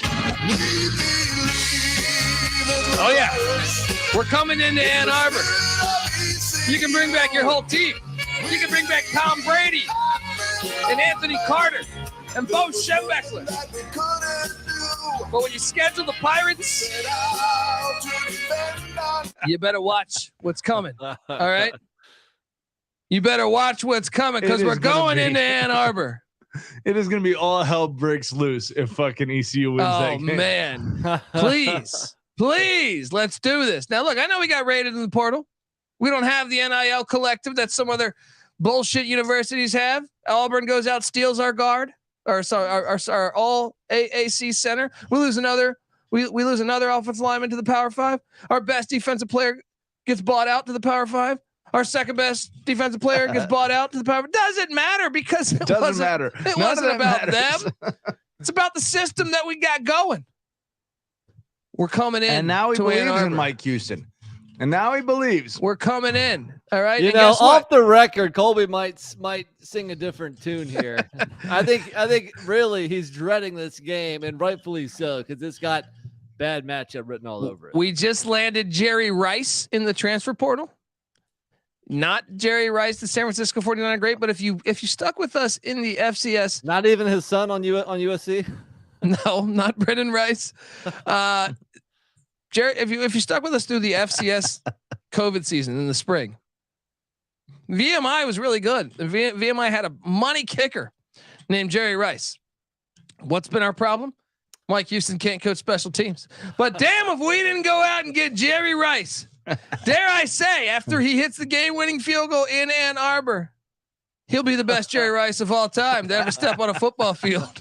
All right, well, let's go. What? That was an area of need that got filled by ECU. So I'll give you that much. Their kicking game should be much better than last year, but how could it get any worse? And remember, Michigan starts slow. Remember they had a little tough time with Rutgers. Had a tough time with, who was it last year? Maryland. They should have lost to Illinois, right? Yeah, but that was late in the year. I'm saying early in the year though, they've had a couple. And well, come on, anytime you play a ground and pound style of football, if a team's prepped for it in that game, then you're gonna play in some close games and things can go sideways. ECU under Mike Houston, you mentioned it. They like the ground and pound too. They lose Keaton Mitchell. We get rid of our flea running back. It's okay. He'll be in the NFL. Well, not so much defensively. It's how much they can handle Michigan's ground and pound. And I know that Houston's been toughening up that defensive front that had been left pretty barren and pussified by Scotty Montgomery, the mole. We had a mole. We went and hired and did he get the job at the Tampa Bay Bucks? I know he was interviewing for like the Tampa Bay Bucks job, and we had to put them on auto fade because you know where he was last year. He was with the Indianapolis Colts. How'd they do last year? Top 5. He's a cancer. He doesn't know what he's doing. Let's go. Scotty Montgomery or Scotty Leffler? Oh, that was me. Sorry. What are you doing over there? I'm touching things. Leffler's a lot better. He went to a bowl. Yeah. Once in a blue moon. Even a blind dog finds Scotty Montgomery never sniffed a bowl. True. Scotty Montgomery's giving up 70 points to Navy. All right. All over ECU in this upset here, and Michigan's gonna pound them. I don't care how tough they are. Michigan sucks. Michigan is fucking stacked again. Oh gosh, they got some of those diesel. It should be NFL first round pick linemen coming back. If they were stacked, they would have scheduled it at home versus UCLA. But they're cowards and they're gutless wonders, and they've been gutless wonders for a while. From the SEC, they're trying to take the next step. Let's go. Next up. NC Nick on the clock. Where the hell is that draft sound that I had going? I'm over here playing ECU songs. I don't know where it is. Well, you picked the wrong Big Ten team that is going to lose to a Group of 5 opponent, because the game I'm going with is Fresno at Purdue. Yes, the Ryan Walters era begins for the Boilermakers, but you got Jeff Tedford and Fresno, a perfect time in game 1, week 1. And by the way, Fresno they beat a Power 5 team in back-to-back seasons. Make it 3 seasons in a row when Fresno comes into West Lafayette and gets the W. I think you're right.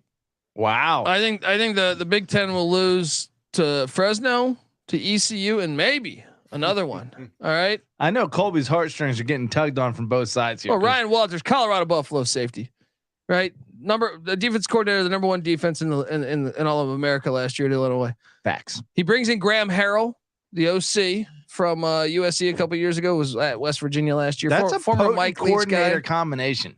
You don't often see 2 elite coordinators, But Jeff uniting. Tedford got Mikey Keene, and I am keen to the Bulldogs kicking the tar out of the Boilermakers have too much turnover. I think it's going to take Walters a little bit. Who's the best Walters, Ryan or Rex? Ryan. I just say Rex for Weehawk, the Kansas Jayhawks basketball fan in the chat.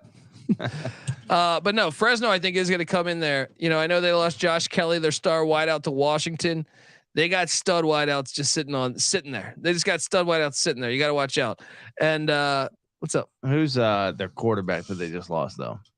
Hayner, but they brought in Mikey Keene from UCF. But Hayner, I don't. Tedford's a guru, dude. Yeah, he'll get it working. Yeah, he'll get it working. That offense will be flinging. Hayner was nice. He's underrated, but Keene is great. So they'll move the rock. Yeah. My Weehawks saying instead of putting money on ECU money line because it'd be fun to talk about for years with Colby, assuming ECU wins, what if we gave that money to Colby's favorite charity, which happens to be Pick Dundee's Venmo, right? I thought it was the ECU NIL collective. I was about to say that's a real charity right there. All right. You know what I mean? Like if you look, what are you going to do with your money? You got to invest it in football. All right. Sounds like they need help too because they keep on getting rated in the portal. They need to pay up. Boom! He said they're a fucking charity case. ECU NIL. How's UVA's NIL collective? I'm sure not. Is it, when you donate, do you get a tiki torch sent to you in the mail? All right. This fucking guy. In a MAGA hat. Yeah. All right. Wowzers. Patty C, hold on. Before we do this, before we get to your next pick, because we're back on you to you start each round. Beautiful. But before we get there, I want to say that the college football experience is brought to you by Shady Rays. Kick off the new year with new gear that is built to last. Our friends at Shady Ray have you covered from the sun to the slopes with premium polarized shades, customizable snow goggles, and much, much more. Shady Rays is an independent sunglass company that offers a world-class product that's just as good as any expensive pair that you've ever worn. Durable frames, extreme clear optics for outdoor adventures, and that's not all. Shady Rays offers the most insane protection in all of eyewear. Every pair of sunglasses is backed by lost or broken replacements. Yeah, you heard it first here. If you lose or if you break your pair of glasses, even on day one, and they took, they're not even going to ask. So you bring that back. They're not even going to question what you did. So you could be on the way home. Maybe you're super ticked off. You smash them with a hammer. Maybe you're sitting there listening to Michigan lose to East Carolina. Last second field goal by Jerry Rice. 53-yarder, right?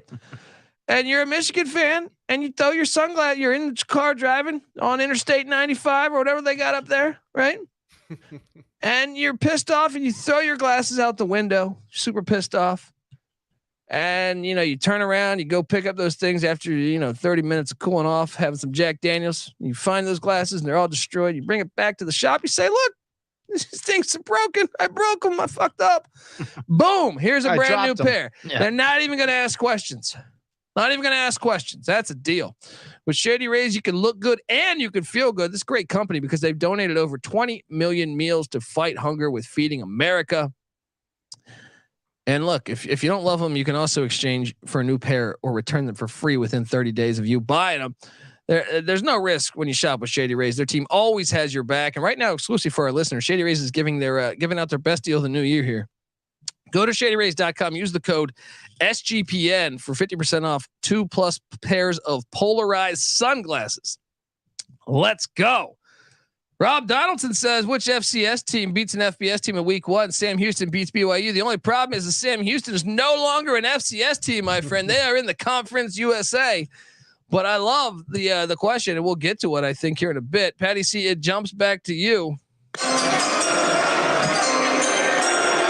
Well, I teased this one, and I caught flack for not choosing this one, so I'm going to go ahead and choose it now.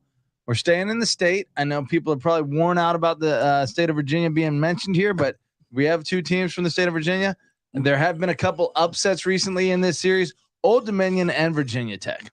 Oh, now they got to go into Blacksburg. As they're said, man, Old Dominion at Virginia Tech. The ODU has won the last 2. Brett Pry.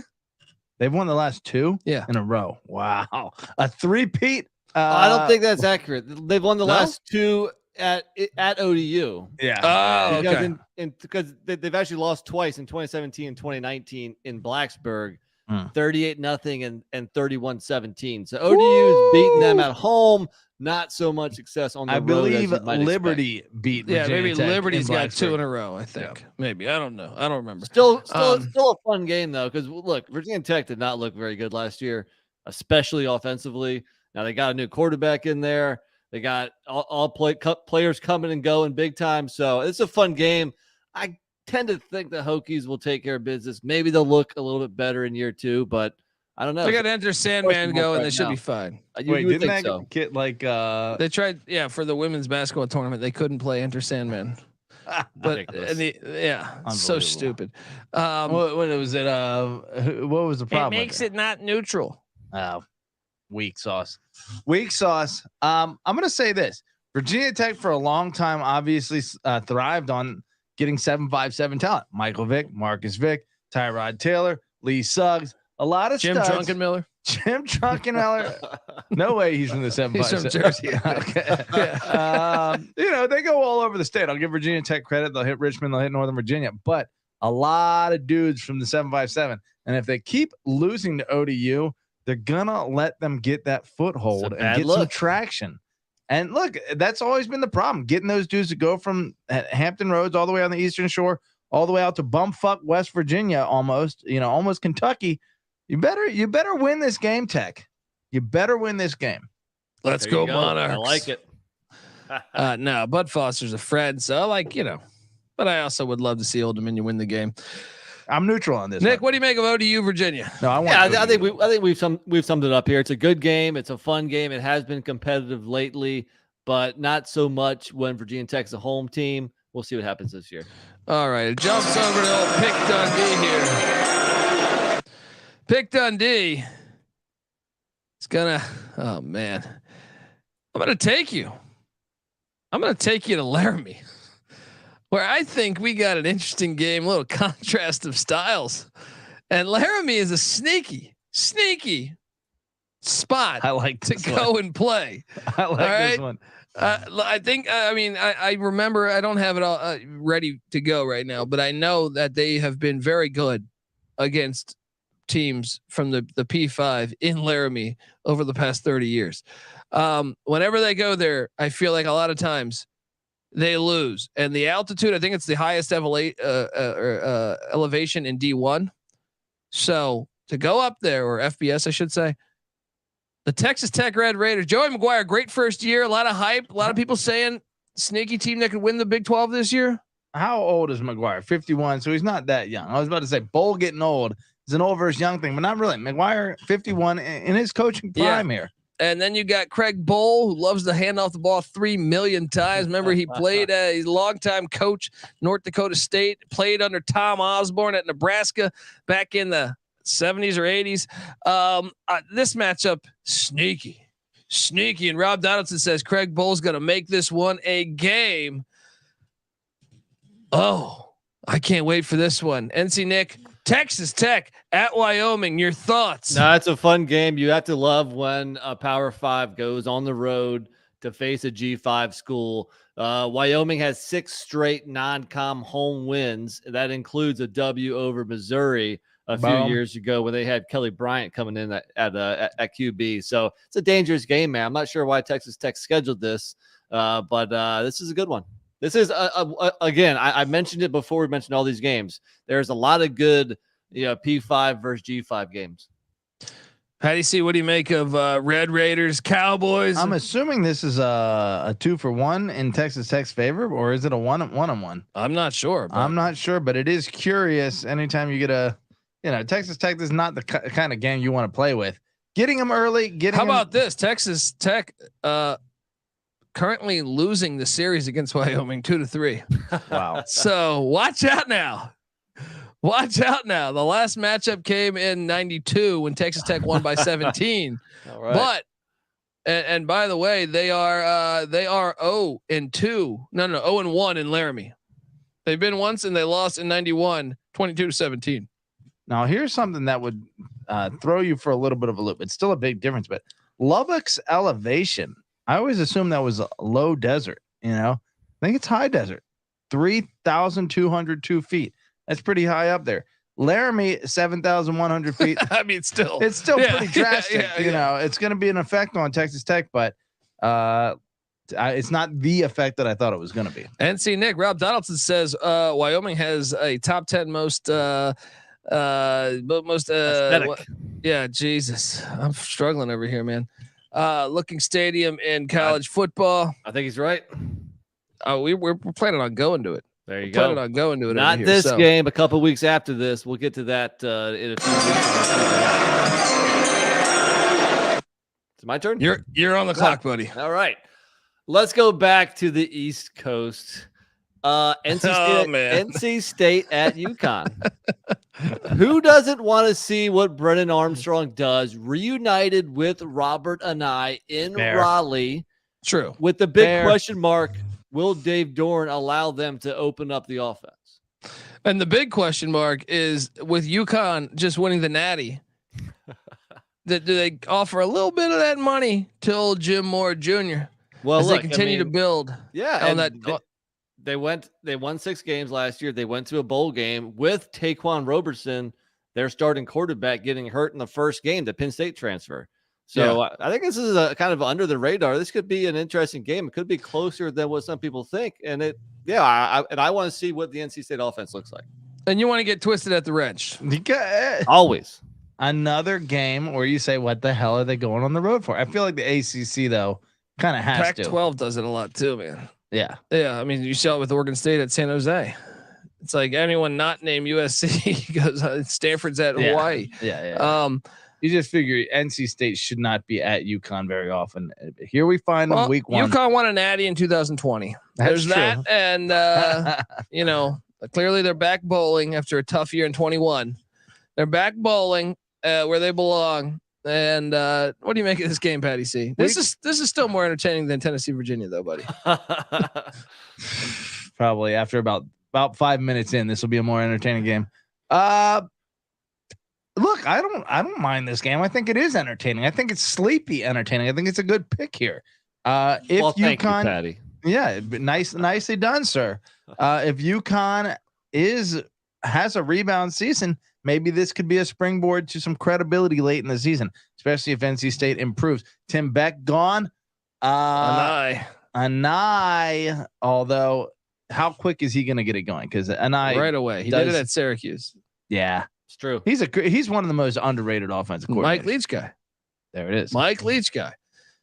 All right, let's move along to Patty C. Why is this taking so long this year? Look, we got a lot to say. It always takes forever. No, but normally we do like 30 minutes on, what's happening in college football. Then we dive into it. That's true. All right. Let's pick it up, guys. Dragon ass. All right, let's make this one quick. I should have been. I'm talking to you guys about this. I had one just a second ago. Help me out. Give me some suggestions. I like Toledo at Illinois. I don't love that one, but in the ACC, Louisville, Georgia Tech on Friday night. That one is under consideration. God, there's just not that much. You know what? Let's go. I don't see anything else. Let's go Louisville, Georgia Tech. Really? No, let's go Toledo, Illinois. Yeah, there we go. There we go. Illinois, did not really establish. Now Chase Brown's gone, right? But they got Luke Altmaier from Ole Miss, the QB coming in. I don't care. What does that do? Well, they couldn't complete a pass for a long time. Well, so now they're going to complete 8 a game. Just saying. Ryan Walters gone. Yeah, they. Who was some of the other Illinois quarterbacks? Who's the Michigan transfer? I'm drawing a blank on his name. Brandon Peters. He's gone. I almost said Streeter. And then I'm fucked up here. I get Illinois had a great season last year. Like we said, almost beat Michigan. But it's not an easy game. Toledo's good, man. Yeah. Jason Candle turned down the Miami OC job. They won 9 games a year ago. I think Daquan Finn will be the best quarterback on the field. So I think it's a very compelling matchup. A little MAC Big Ten upset potential is always fun. Oh yeah. Let's go to Champaign. I like that matchup. Nick, you on board with the Rocket upset on Sun? So the Big Ten. So ECU is going to beat Michigan. Fresno is going to beat Purdue, and Toledo is going to beat Illinois. I think they're a live dog out of the playoffs. I think they're a live dog. Well, let's. As much as I want to stay in the Big Ten with an upset, I just there's a couple that I see that are super appealing to me. All right. And one of them is way down there, way down, and deeper. No, this one. Look, one of these coaches. This is just a fun play. Northwestern at Rutgers. We got a game here. Conference game, week 1. We saw Pat Fitzgerald win in Ireland and then lose every other game. Can he continue the trend of the season opening win to satisfy the alumni? Didn't he beat Stanford when they had a great year in week 1? Week 1, Pat, baby. So I'm saying, you give him 6 months to dial up a defense. He'll take the worst talent and beat the best. But no, this is a huge game because Greg Schiano, he hasn't really got it going. He needs these divisions to be gone. So, he can start making bowl games. Give me Northwestern heading to Piscataway. Football is back, baby. I totally agree with D. Bettis. This game sucks. I mean, that's the Big Ten West hater. That's the Big Ten West hater. Well, Rutgers is in the East. Maybe if it was like a week 0 game, but on a Saturday, Northwestern at Rutgers, dude, that game is boring. Well, maybe he doesn't know his history. Rutgers, the birthplace of college football, and you got Pat Fitzgerald in Northwestern, an original Big Ten squad, I believe. Yes, coming all the way to Piscataway. Both teams got their, coaches in the pressure cooker, right? It's a big time game. 1869 reborn here. That's what I'm saying. He doesn't know his history. It's okay. NC Nick doesn't know his history because this game slept on. It's important. The divisional race. The Big Ten West. Every team's got a shot. I don't care. Slept on is a good word for it because I might fall asleep watching it. The Big Ten West. It wasn't that long ago. We're 2 years removed from Northwestern going to the Big Ten championship, and you're just going to count them out. You're just going to count them out this year. I'm not counting them out. This game sucks. Well, it's got implications. This is, like I said, they went to the Big Ten championship 2 years ago. The every other year Big Ten championship appearance by Northwestern was delayed by a year. Yeah, it was delayed by a year. COVID eligibility, right? Push it off one more year. They go into Piscataway, and Rob Donaldson's right. They win 12-9, satisfy the alumni, get the dub, get out of there. At some point, Schiano's got to turn this ship around in Piscataway too. He did it before. These are both teams dripping with potential here. I know. I appreciate you liking this game. No, I will say this. Should they get out of the Big Ten East, Ohio State, Penn State's not going to stop rating New Jersey, but it might weaken their stranglehold on it. But Ohio State and Michigan have just been like teeing off on the state of New Jersey. The question is can they be patient enough to wait for another ass kicking this year from every team in the Big Ten East? They should wait 100 years for Schiano. They waited 150 years for Schiano the first time around, or 120 years. Give the guy a couple of years to get it going. All right, NC Nick. All right, I'm going to go back and answer Rob Donaldson's question as to which FCS team is going to beat an FBS team. And it very well might be Northern Iowa over Iowa State because the last time they played in 2021, they beat Iowa State 16-10. That's when my pick. That's when Iowa State played for like the Big 12 championship too. Wasn't and it? The time before that in 2019, Iowa State won, but in 3 overtimes. So these that's a good game. This is a fun game here, man. This game is great. And Rob Donaldson should appreciate this because he's from Iowa. So did you know that, NC Nick? You were going for the fact that he's from Iowa as well? I did not know that. I'm surprised he didn't throw that out there rather than the game that wasn't an FCS versus FBS. This game's fantastic. This game is absolutely fantastic. Should happen every year. Every year they should play this. Caitlin Clark ain't walking through that door. Who's that? I don't know. Anyway, Nick, what do you none of us heard that name before 3 days ago. Let's be honest. Gary Clark, the wide receiver for the Redskins from JMU. What are you talking about? What are you doing here, Nick? What do you make? I mean, Nick's playing this one actually. Patty C, what do you make of this game? He stole my pick. It's a good game. It's a great game. Great game. Matt Campbell needs to get back on track. Taking a loss against a team that always gives the in-state FBS teams a hard time, Power 5 teams a hard time, would be a bad look for him.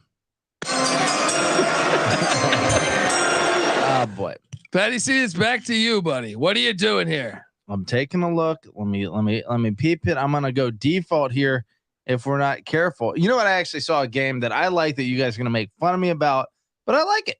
I like it. You know, and you know why?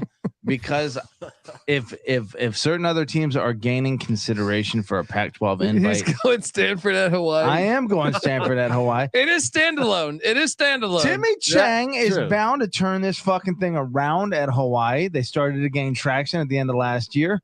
I'll say this: David Shaw, bye. This is his first game. If Hawaii could sneak up on them here, let Hawaii sneak up on and bite Stanford. All right, it's a good pick because it gives Colby the chance to play the song. Yeah. We all know that it's going to take me 10 minutes to find this. At least every episode once. Yes. We all know that. Give us the flavor. Well, buddy, it's not like I just have it loaded up here. What I'm saying is this. Hawaii, has there ever been a more Pacific team? How do you keep them out of the Pacific Conference?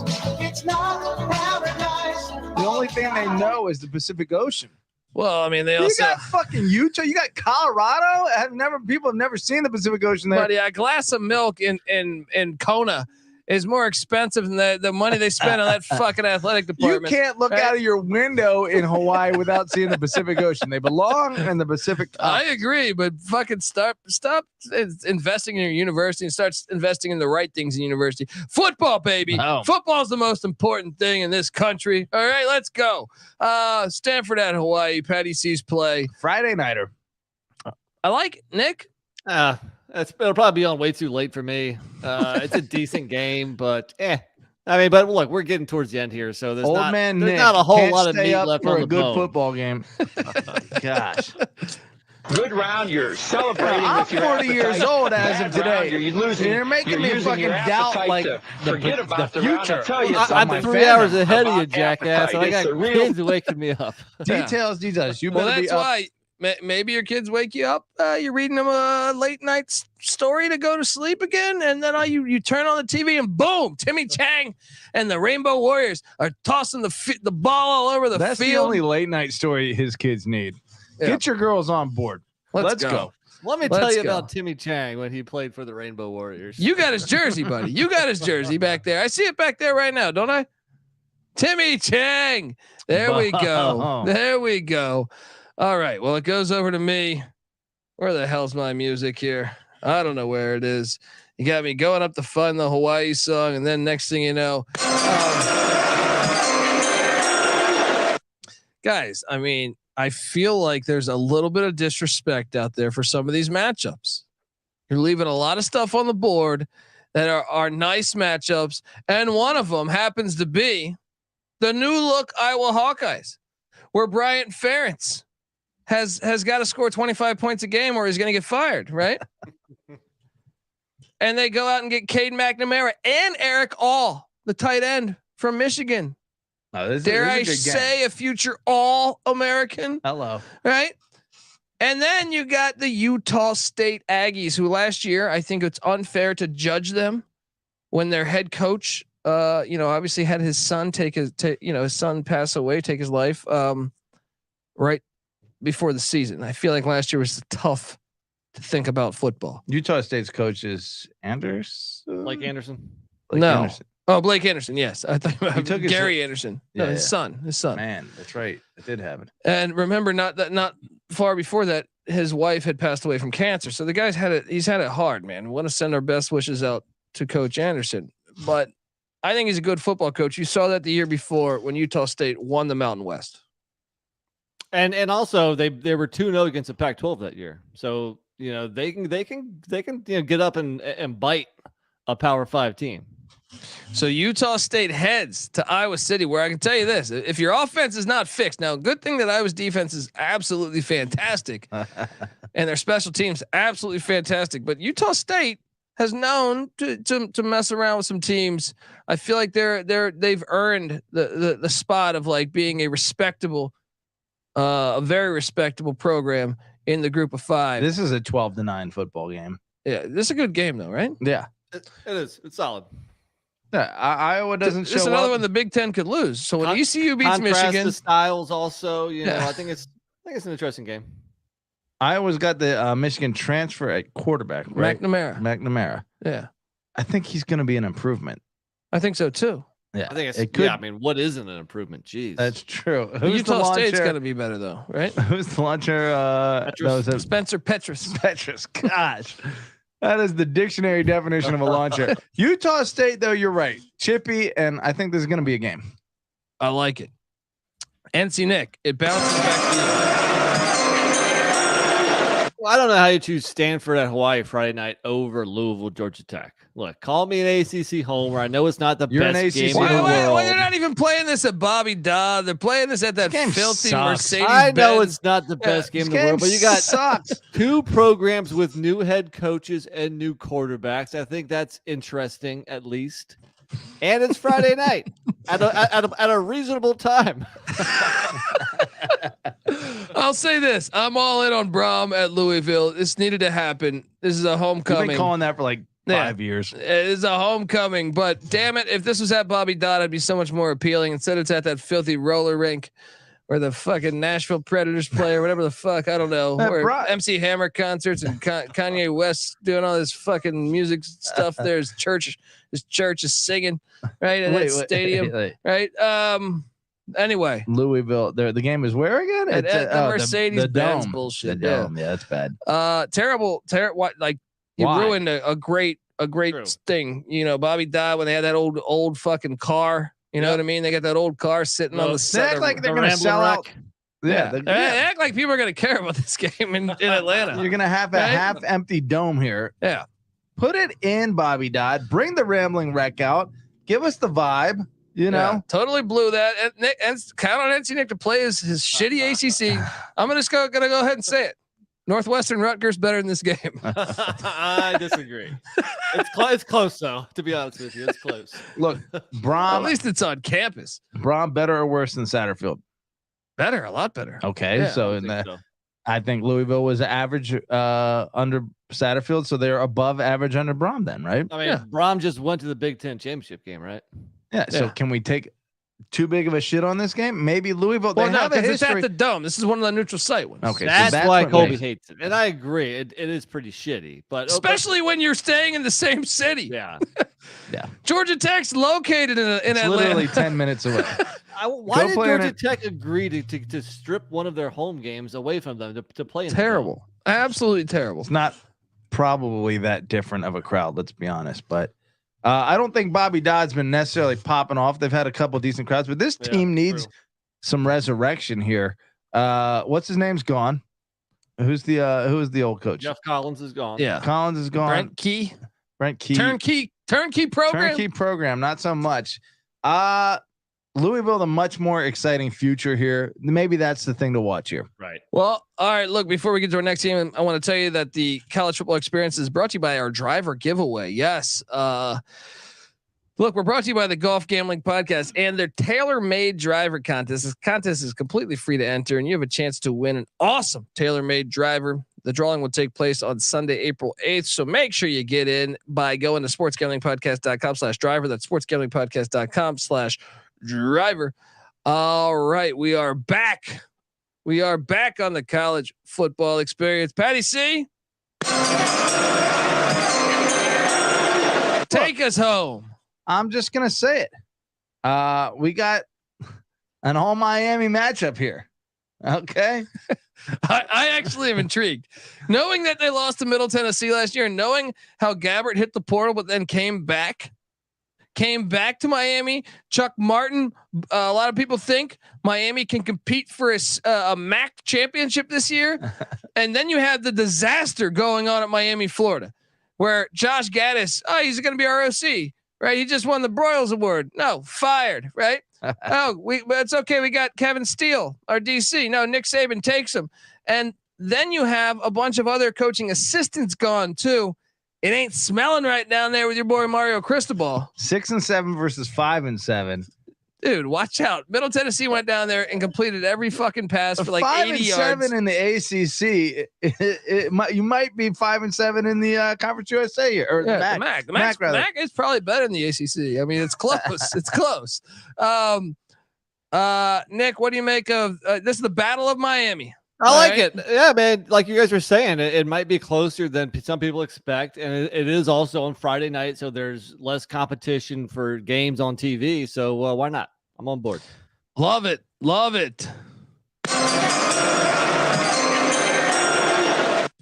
Taking you to Fort Collins, where Jay Norvell, NC Nick, ready to crown him Coach of the Year last year. Oh, look, I thought they would be decent. I didn't take them as a lock, as Patty C likes to think that I did. But Colorado State, I do believe they had a situation with Mike Leach from the year one at Mississippi State. Your players from Steve Adazio's era, where he lets you do God knows what, right? They weren't fitting in. Walk the plank, baby. Walk the plank. Get out of here, all Jay the Norvell. confidence, and now there's all the excuses. Well, it's year one. Jay Norvell, he'll find the right guy. They got Hal Mummy's son, Matt Mummy at OC. I do believe another year adds a lot to that system. And Washington State, on the other side of things, loses their OC, but he's now the head coach of what? Texas State or North Texas, one of the two. And then you have Western Kentucky's OC coming to Pullman with Cam Ward, who I'm a big fan of. They also got Josh Kelly, the wideout from Fresno State, who was a stud. Jake Dickert, known for his defense. They lose the DC, not a problem. Jake Dickert does defense. All right. Washington State heads to Colorado State in Fort Collins. Oh, it's a decent game. I'm intrigued by this matchup. Let's go. Jay Norvell runs the air raid. Matt Mummy, obviously, his father started the air raid with Mike Leach, and then Wazoo still runs the air raid with Mike Leach. This is a Leach Bowl right here. We got a Leach Bowl at Fort Collins. Let's go. What do you make of this matchup, Petty C? Rest in power, Mike. Yes. I like it. I mean, I do think Colorado State has traditionally been a decent program. Washington State, a very slept on, nice program last year, or a team last year. Yeah. In Fort Collins makes it a little tougher for Washington State. It's a good game. It's worth watching. Nick, is this in your top 30? Yes, I was just going to play it. Here we have another Pac-12 school going on the road against the group of five. That can always be dangerous, even if Colorado State was not very good last year. I'm hoping for that year 2 bump. We'll see if it happens or not, but it is an intriguing game. All right, there we go. Moving along. NC Nick's on the clock.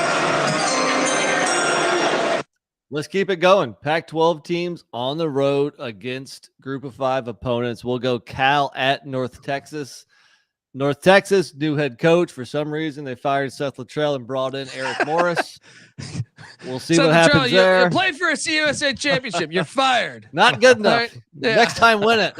But hey, Cal was 0-5 on the road last year. So maybe upset potential. Maybe. Yeah. North Texas, new to the AAC. Eric Morris, I believe, is the new coach. It was the OC of Wazoo, I believe, last year. Let's go. Cal traveled near North Texas, near Denton last year to TCU, right? Yeah. Took an L there. 2 years ago. 2 years ago. Yeah. Okay. So it hasn't been kind, North Texas, to old Cal. It's true. Maybe they need to watch out for that. Little upset special going on. I like it. Patty C, you are next on the clock.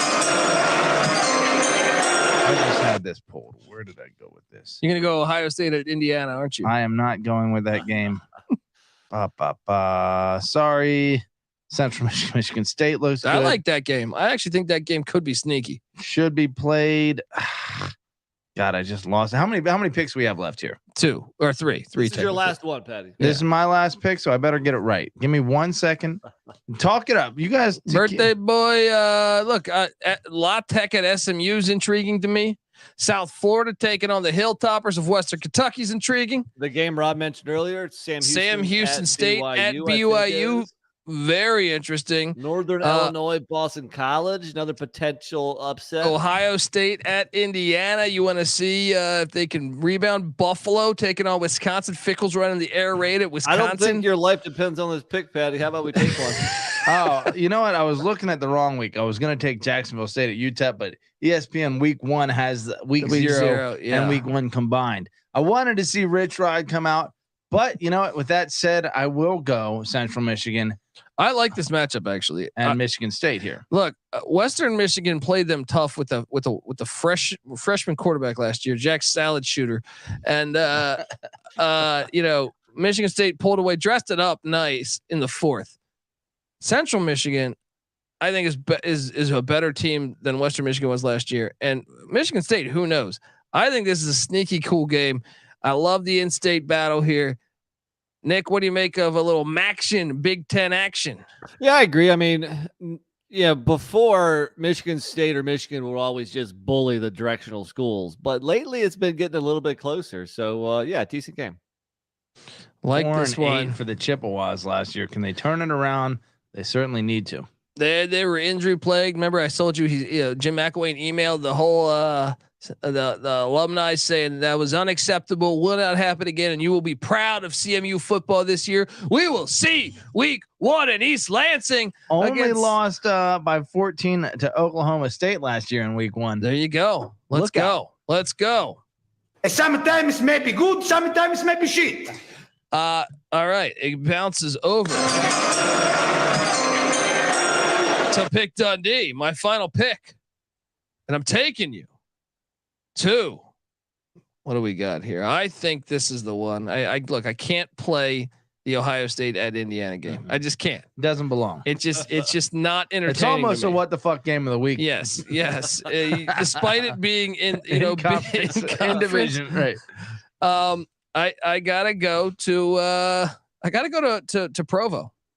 I think Sam Houston State at BYU is an intriguing game here, and I think they might be able to, hang around a little bit and make this Sam Houston State. This is their first game in the FBS. You want to talk about making an announcement? Yes, going into Provo. They're brand new to the Big 12.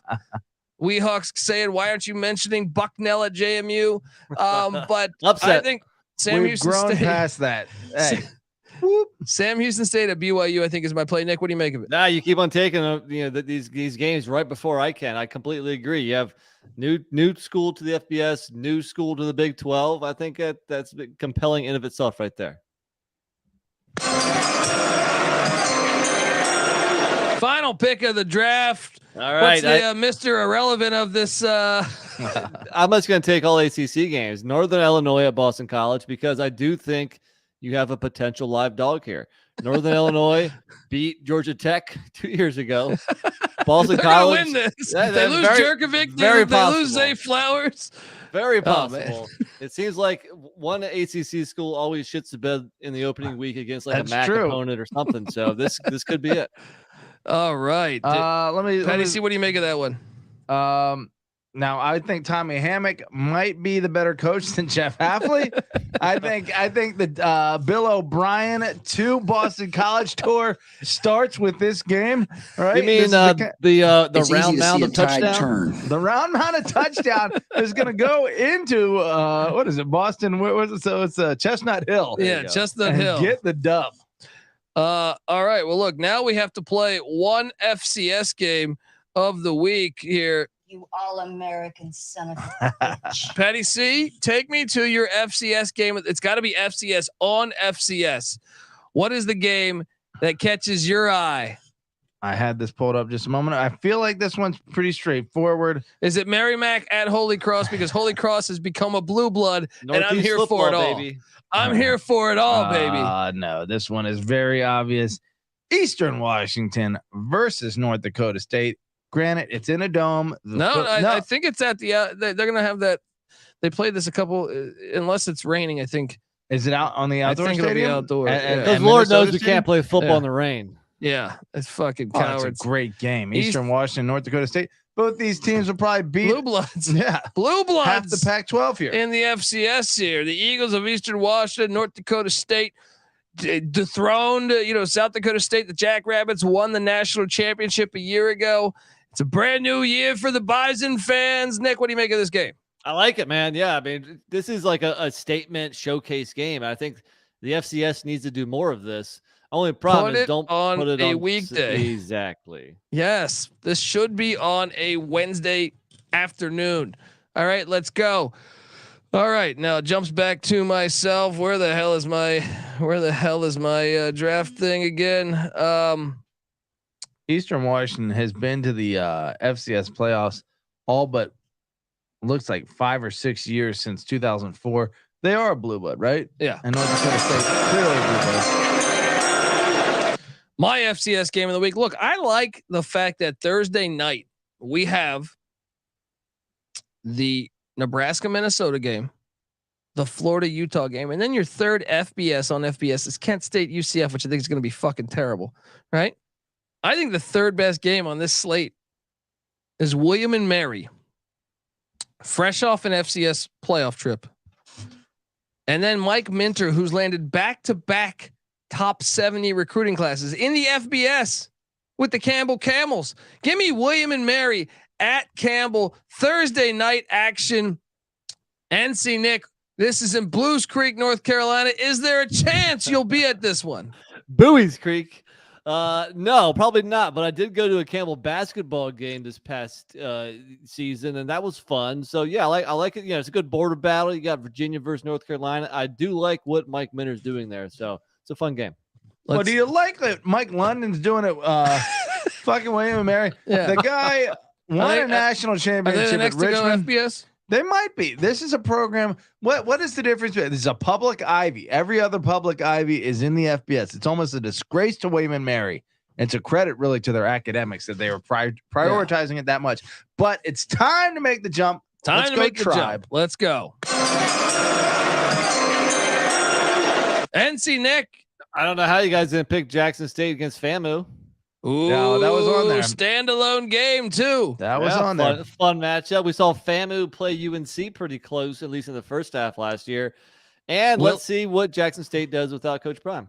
Yes, Willie Simmons doing a great job at Florida A&M. I really think this program could be the team to win the SWAC this year.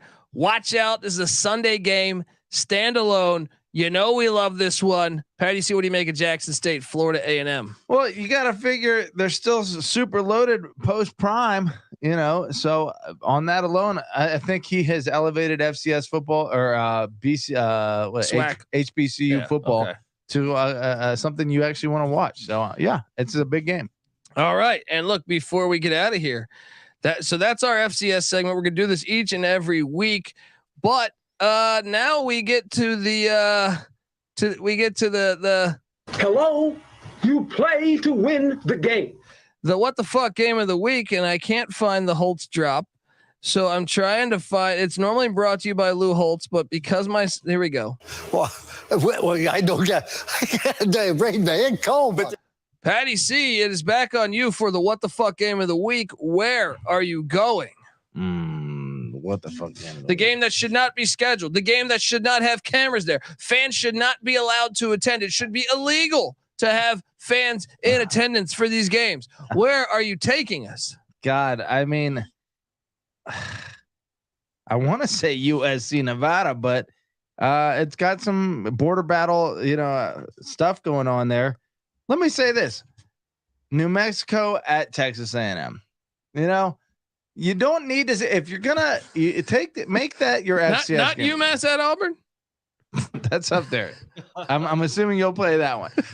I'm furious at New Mexico, Texas A&M, because Texas A&M is getting credit for a FBS win for this game, and New Mexico and New Mexico State are both just like mercenaries willing to get slaughtered for the money. And this is prime example. Yeah, and they'll be like, look, we didn't play an FCS, and it's like New Mexico is definitely like an average FCS at that. Yeah. NC Nick, what do you make of New Mexico? It's a shitty game. It's a shitty game. There might have been a couple more shittier, but come on, it's a bad game. Yeah. Okay. Well, I don't get brain man cold, but they're counting down 7-6-5. Patty C missed this one. Ooh, Monmouth, Florida Atlantic. I don't believe this game is safe. UT Martin is heading to Between the Hedges to take on the Georgia Bulldogs. The fact that this game is on the schedule, like this should be illegal. Like the NCAA should say, if they want to talk about player safety, right?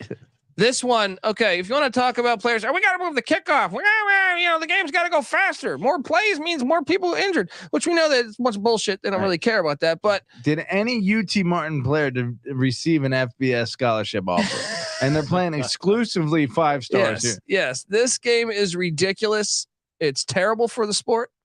And I know that the defense for the Georgia fans will be like, well, this funds the whole UT Martin football program. No. Fuck that. All right. We don't need this. If UT Martin wants funding, hey, guess what? Play a weeknight college football game with some television money, because guess what? They will make money. Look at the MAC. Look at the CUSA this year. There's ways to do this. Yeah. This game's ridiculous. Nick, what do you make of UT Martin at Georgia? This one is definitely one of the ones that's right up there. I guess there is somewhat proximity here, which kind of makes it make sense. I mean, if you're going to play a bad FCS team, you probably do one that's kind of local. But I mean, the Skyhawks are going to get murdered. Well, I don't get the brain man cold, but they're counting. NC Nick's pick for the what the fuck game of the week? Eddie, Tennessee State at Notre Dame. Is that Eddie Georgia school? Yeah. What is he thinking? Come on, man. Going to the Golden Dome. Well, and this game makes no sense. Well, no, this is one where the Notre Dame's never played an FCS, and they said like they're gonna make a conscious effort to help out the HBCUs. So I get it, but at the same time, this game sucks. You know, is that a nice thing, or are you really just making an excuse to play an easy opponent? Well, they've gone 100, almost 50 some odd years without doing it. I don't think Notre Dame is the type to like, take advantage of what's easy. Scheduling? No, I think they definitely do that when they schedule very 30 fucking neutral site games. Right. How long have they had the opportunity to take advantage of FCS games? I think they would love to be with UCLA, or was it USC now? They were one of 3 teams just a couple years ago. The difference is that UCLA and USC will play a conference championship. Sure, but Notre Dame would love to be able to flex the fact that they're the only team in college football that's never played an FCS. So this is definitely them like extending an olive branch. USC is still not doing it. Shout out to USC. Shout out to USC. Does anybody care about them flexing that they don't play the FCS opponent? I don't think that really cares. I think this is is it a good thing for Tennessee State? Sure. But I think it's a very convenient excuse to have a reason for putting an FCS opponent. A guaranteed win on the schedule. Yeah, probably. Yeah. And Sam Hartman will pat his stat line, and then I'll have Joe telling me, I told you Hartman was nasty. Especially with Notre Dame 500 against Tennessee State to stay relevant in this particular moment. Yeah. So, all right, folks, this is the college football experience. We will be back next week talking week 2, which I just want to say best week of the season. Hello. All right.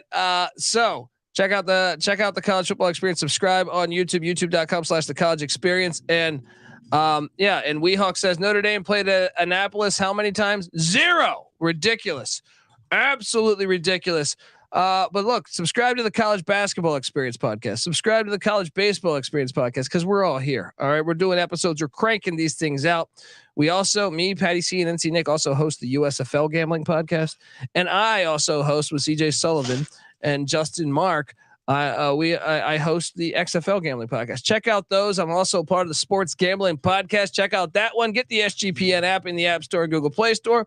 Give Patty C a follow on Twitter at PattyC831. Give NC Nick a follow on Twitter at NC__NICK. And give myself a follow at the Colby D. And don't forget the college football experience is on Twitter at TCE on SGPN. And look, we are back next week. Come talk college football with us in the Discord.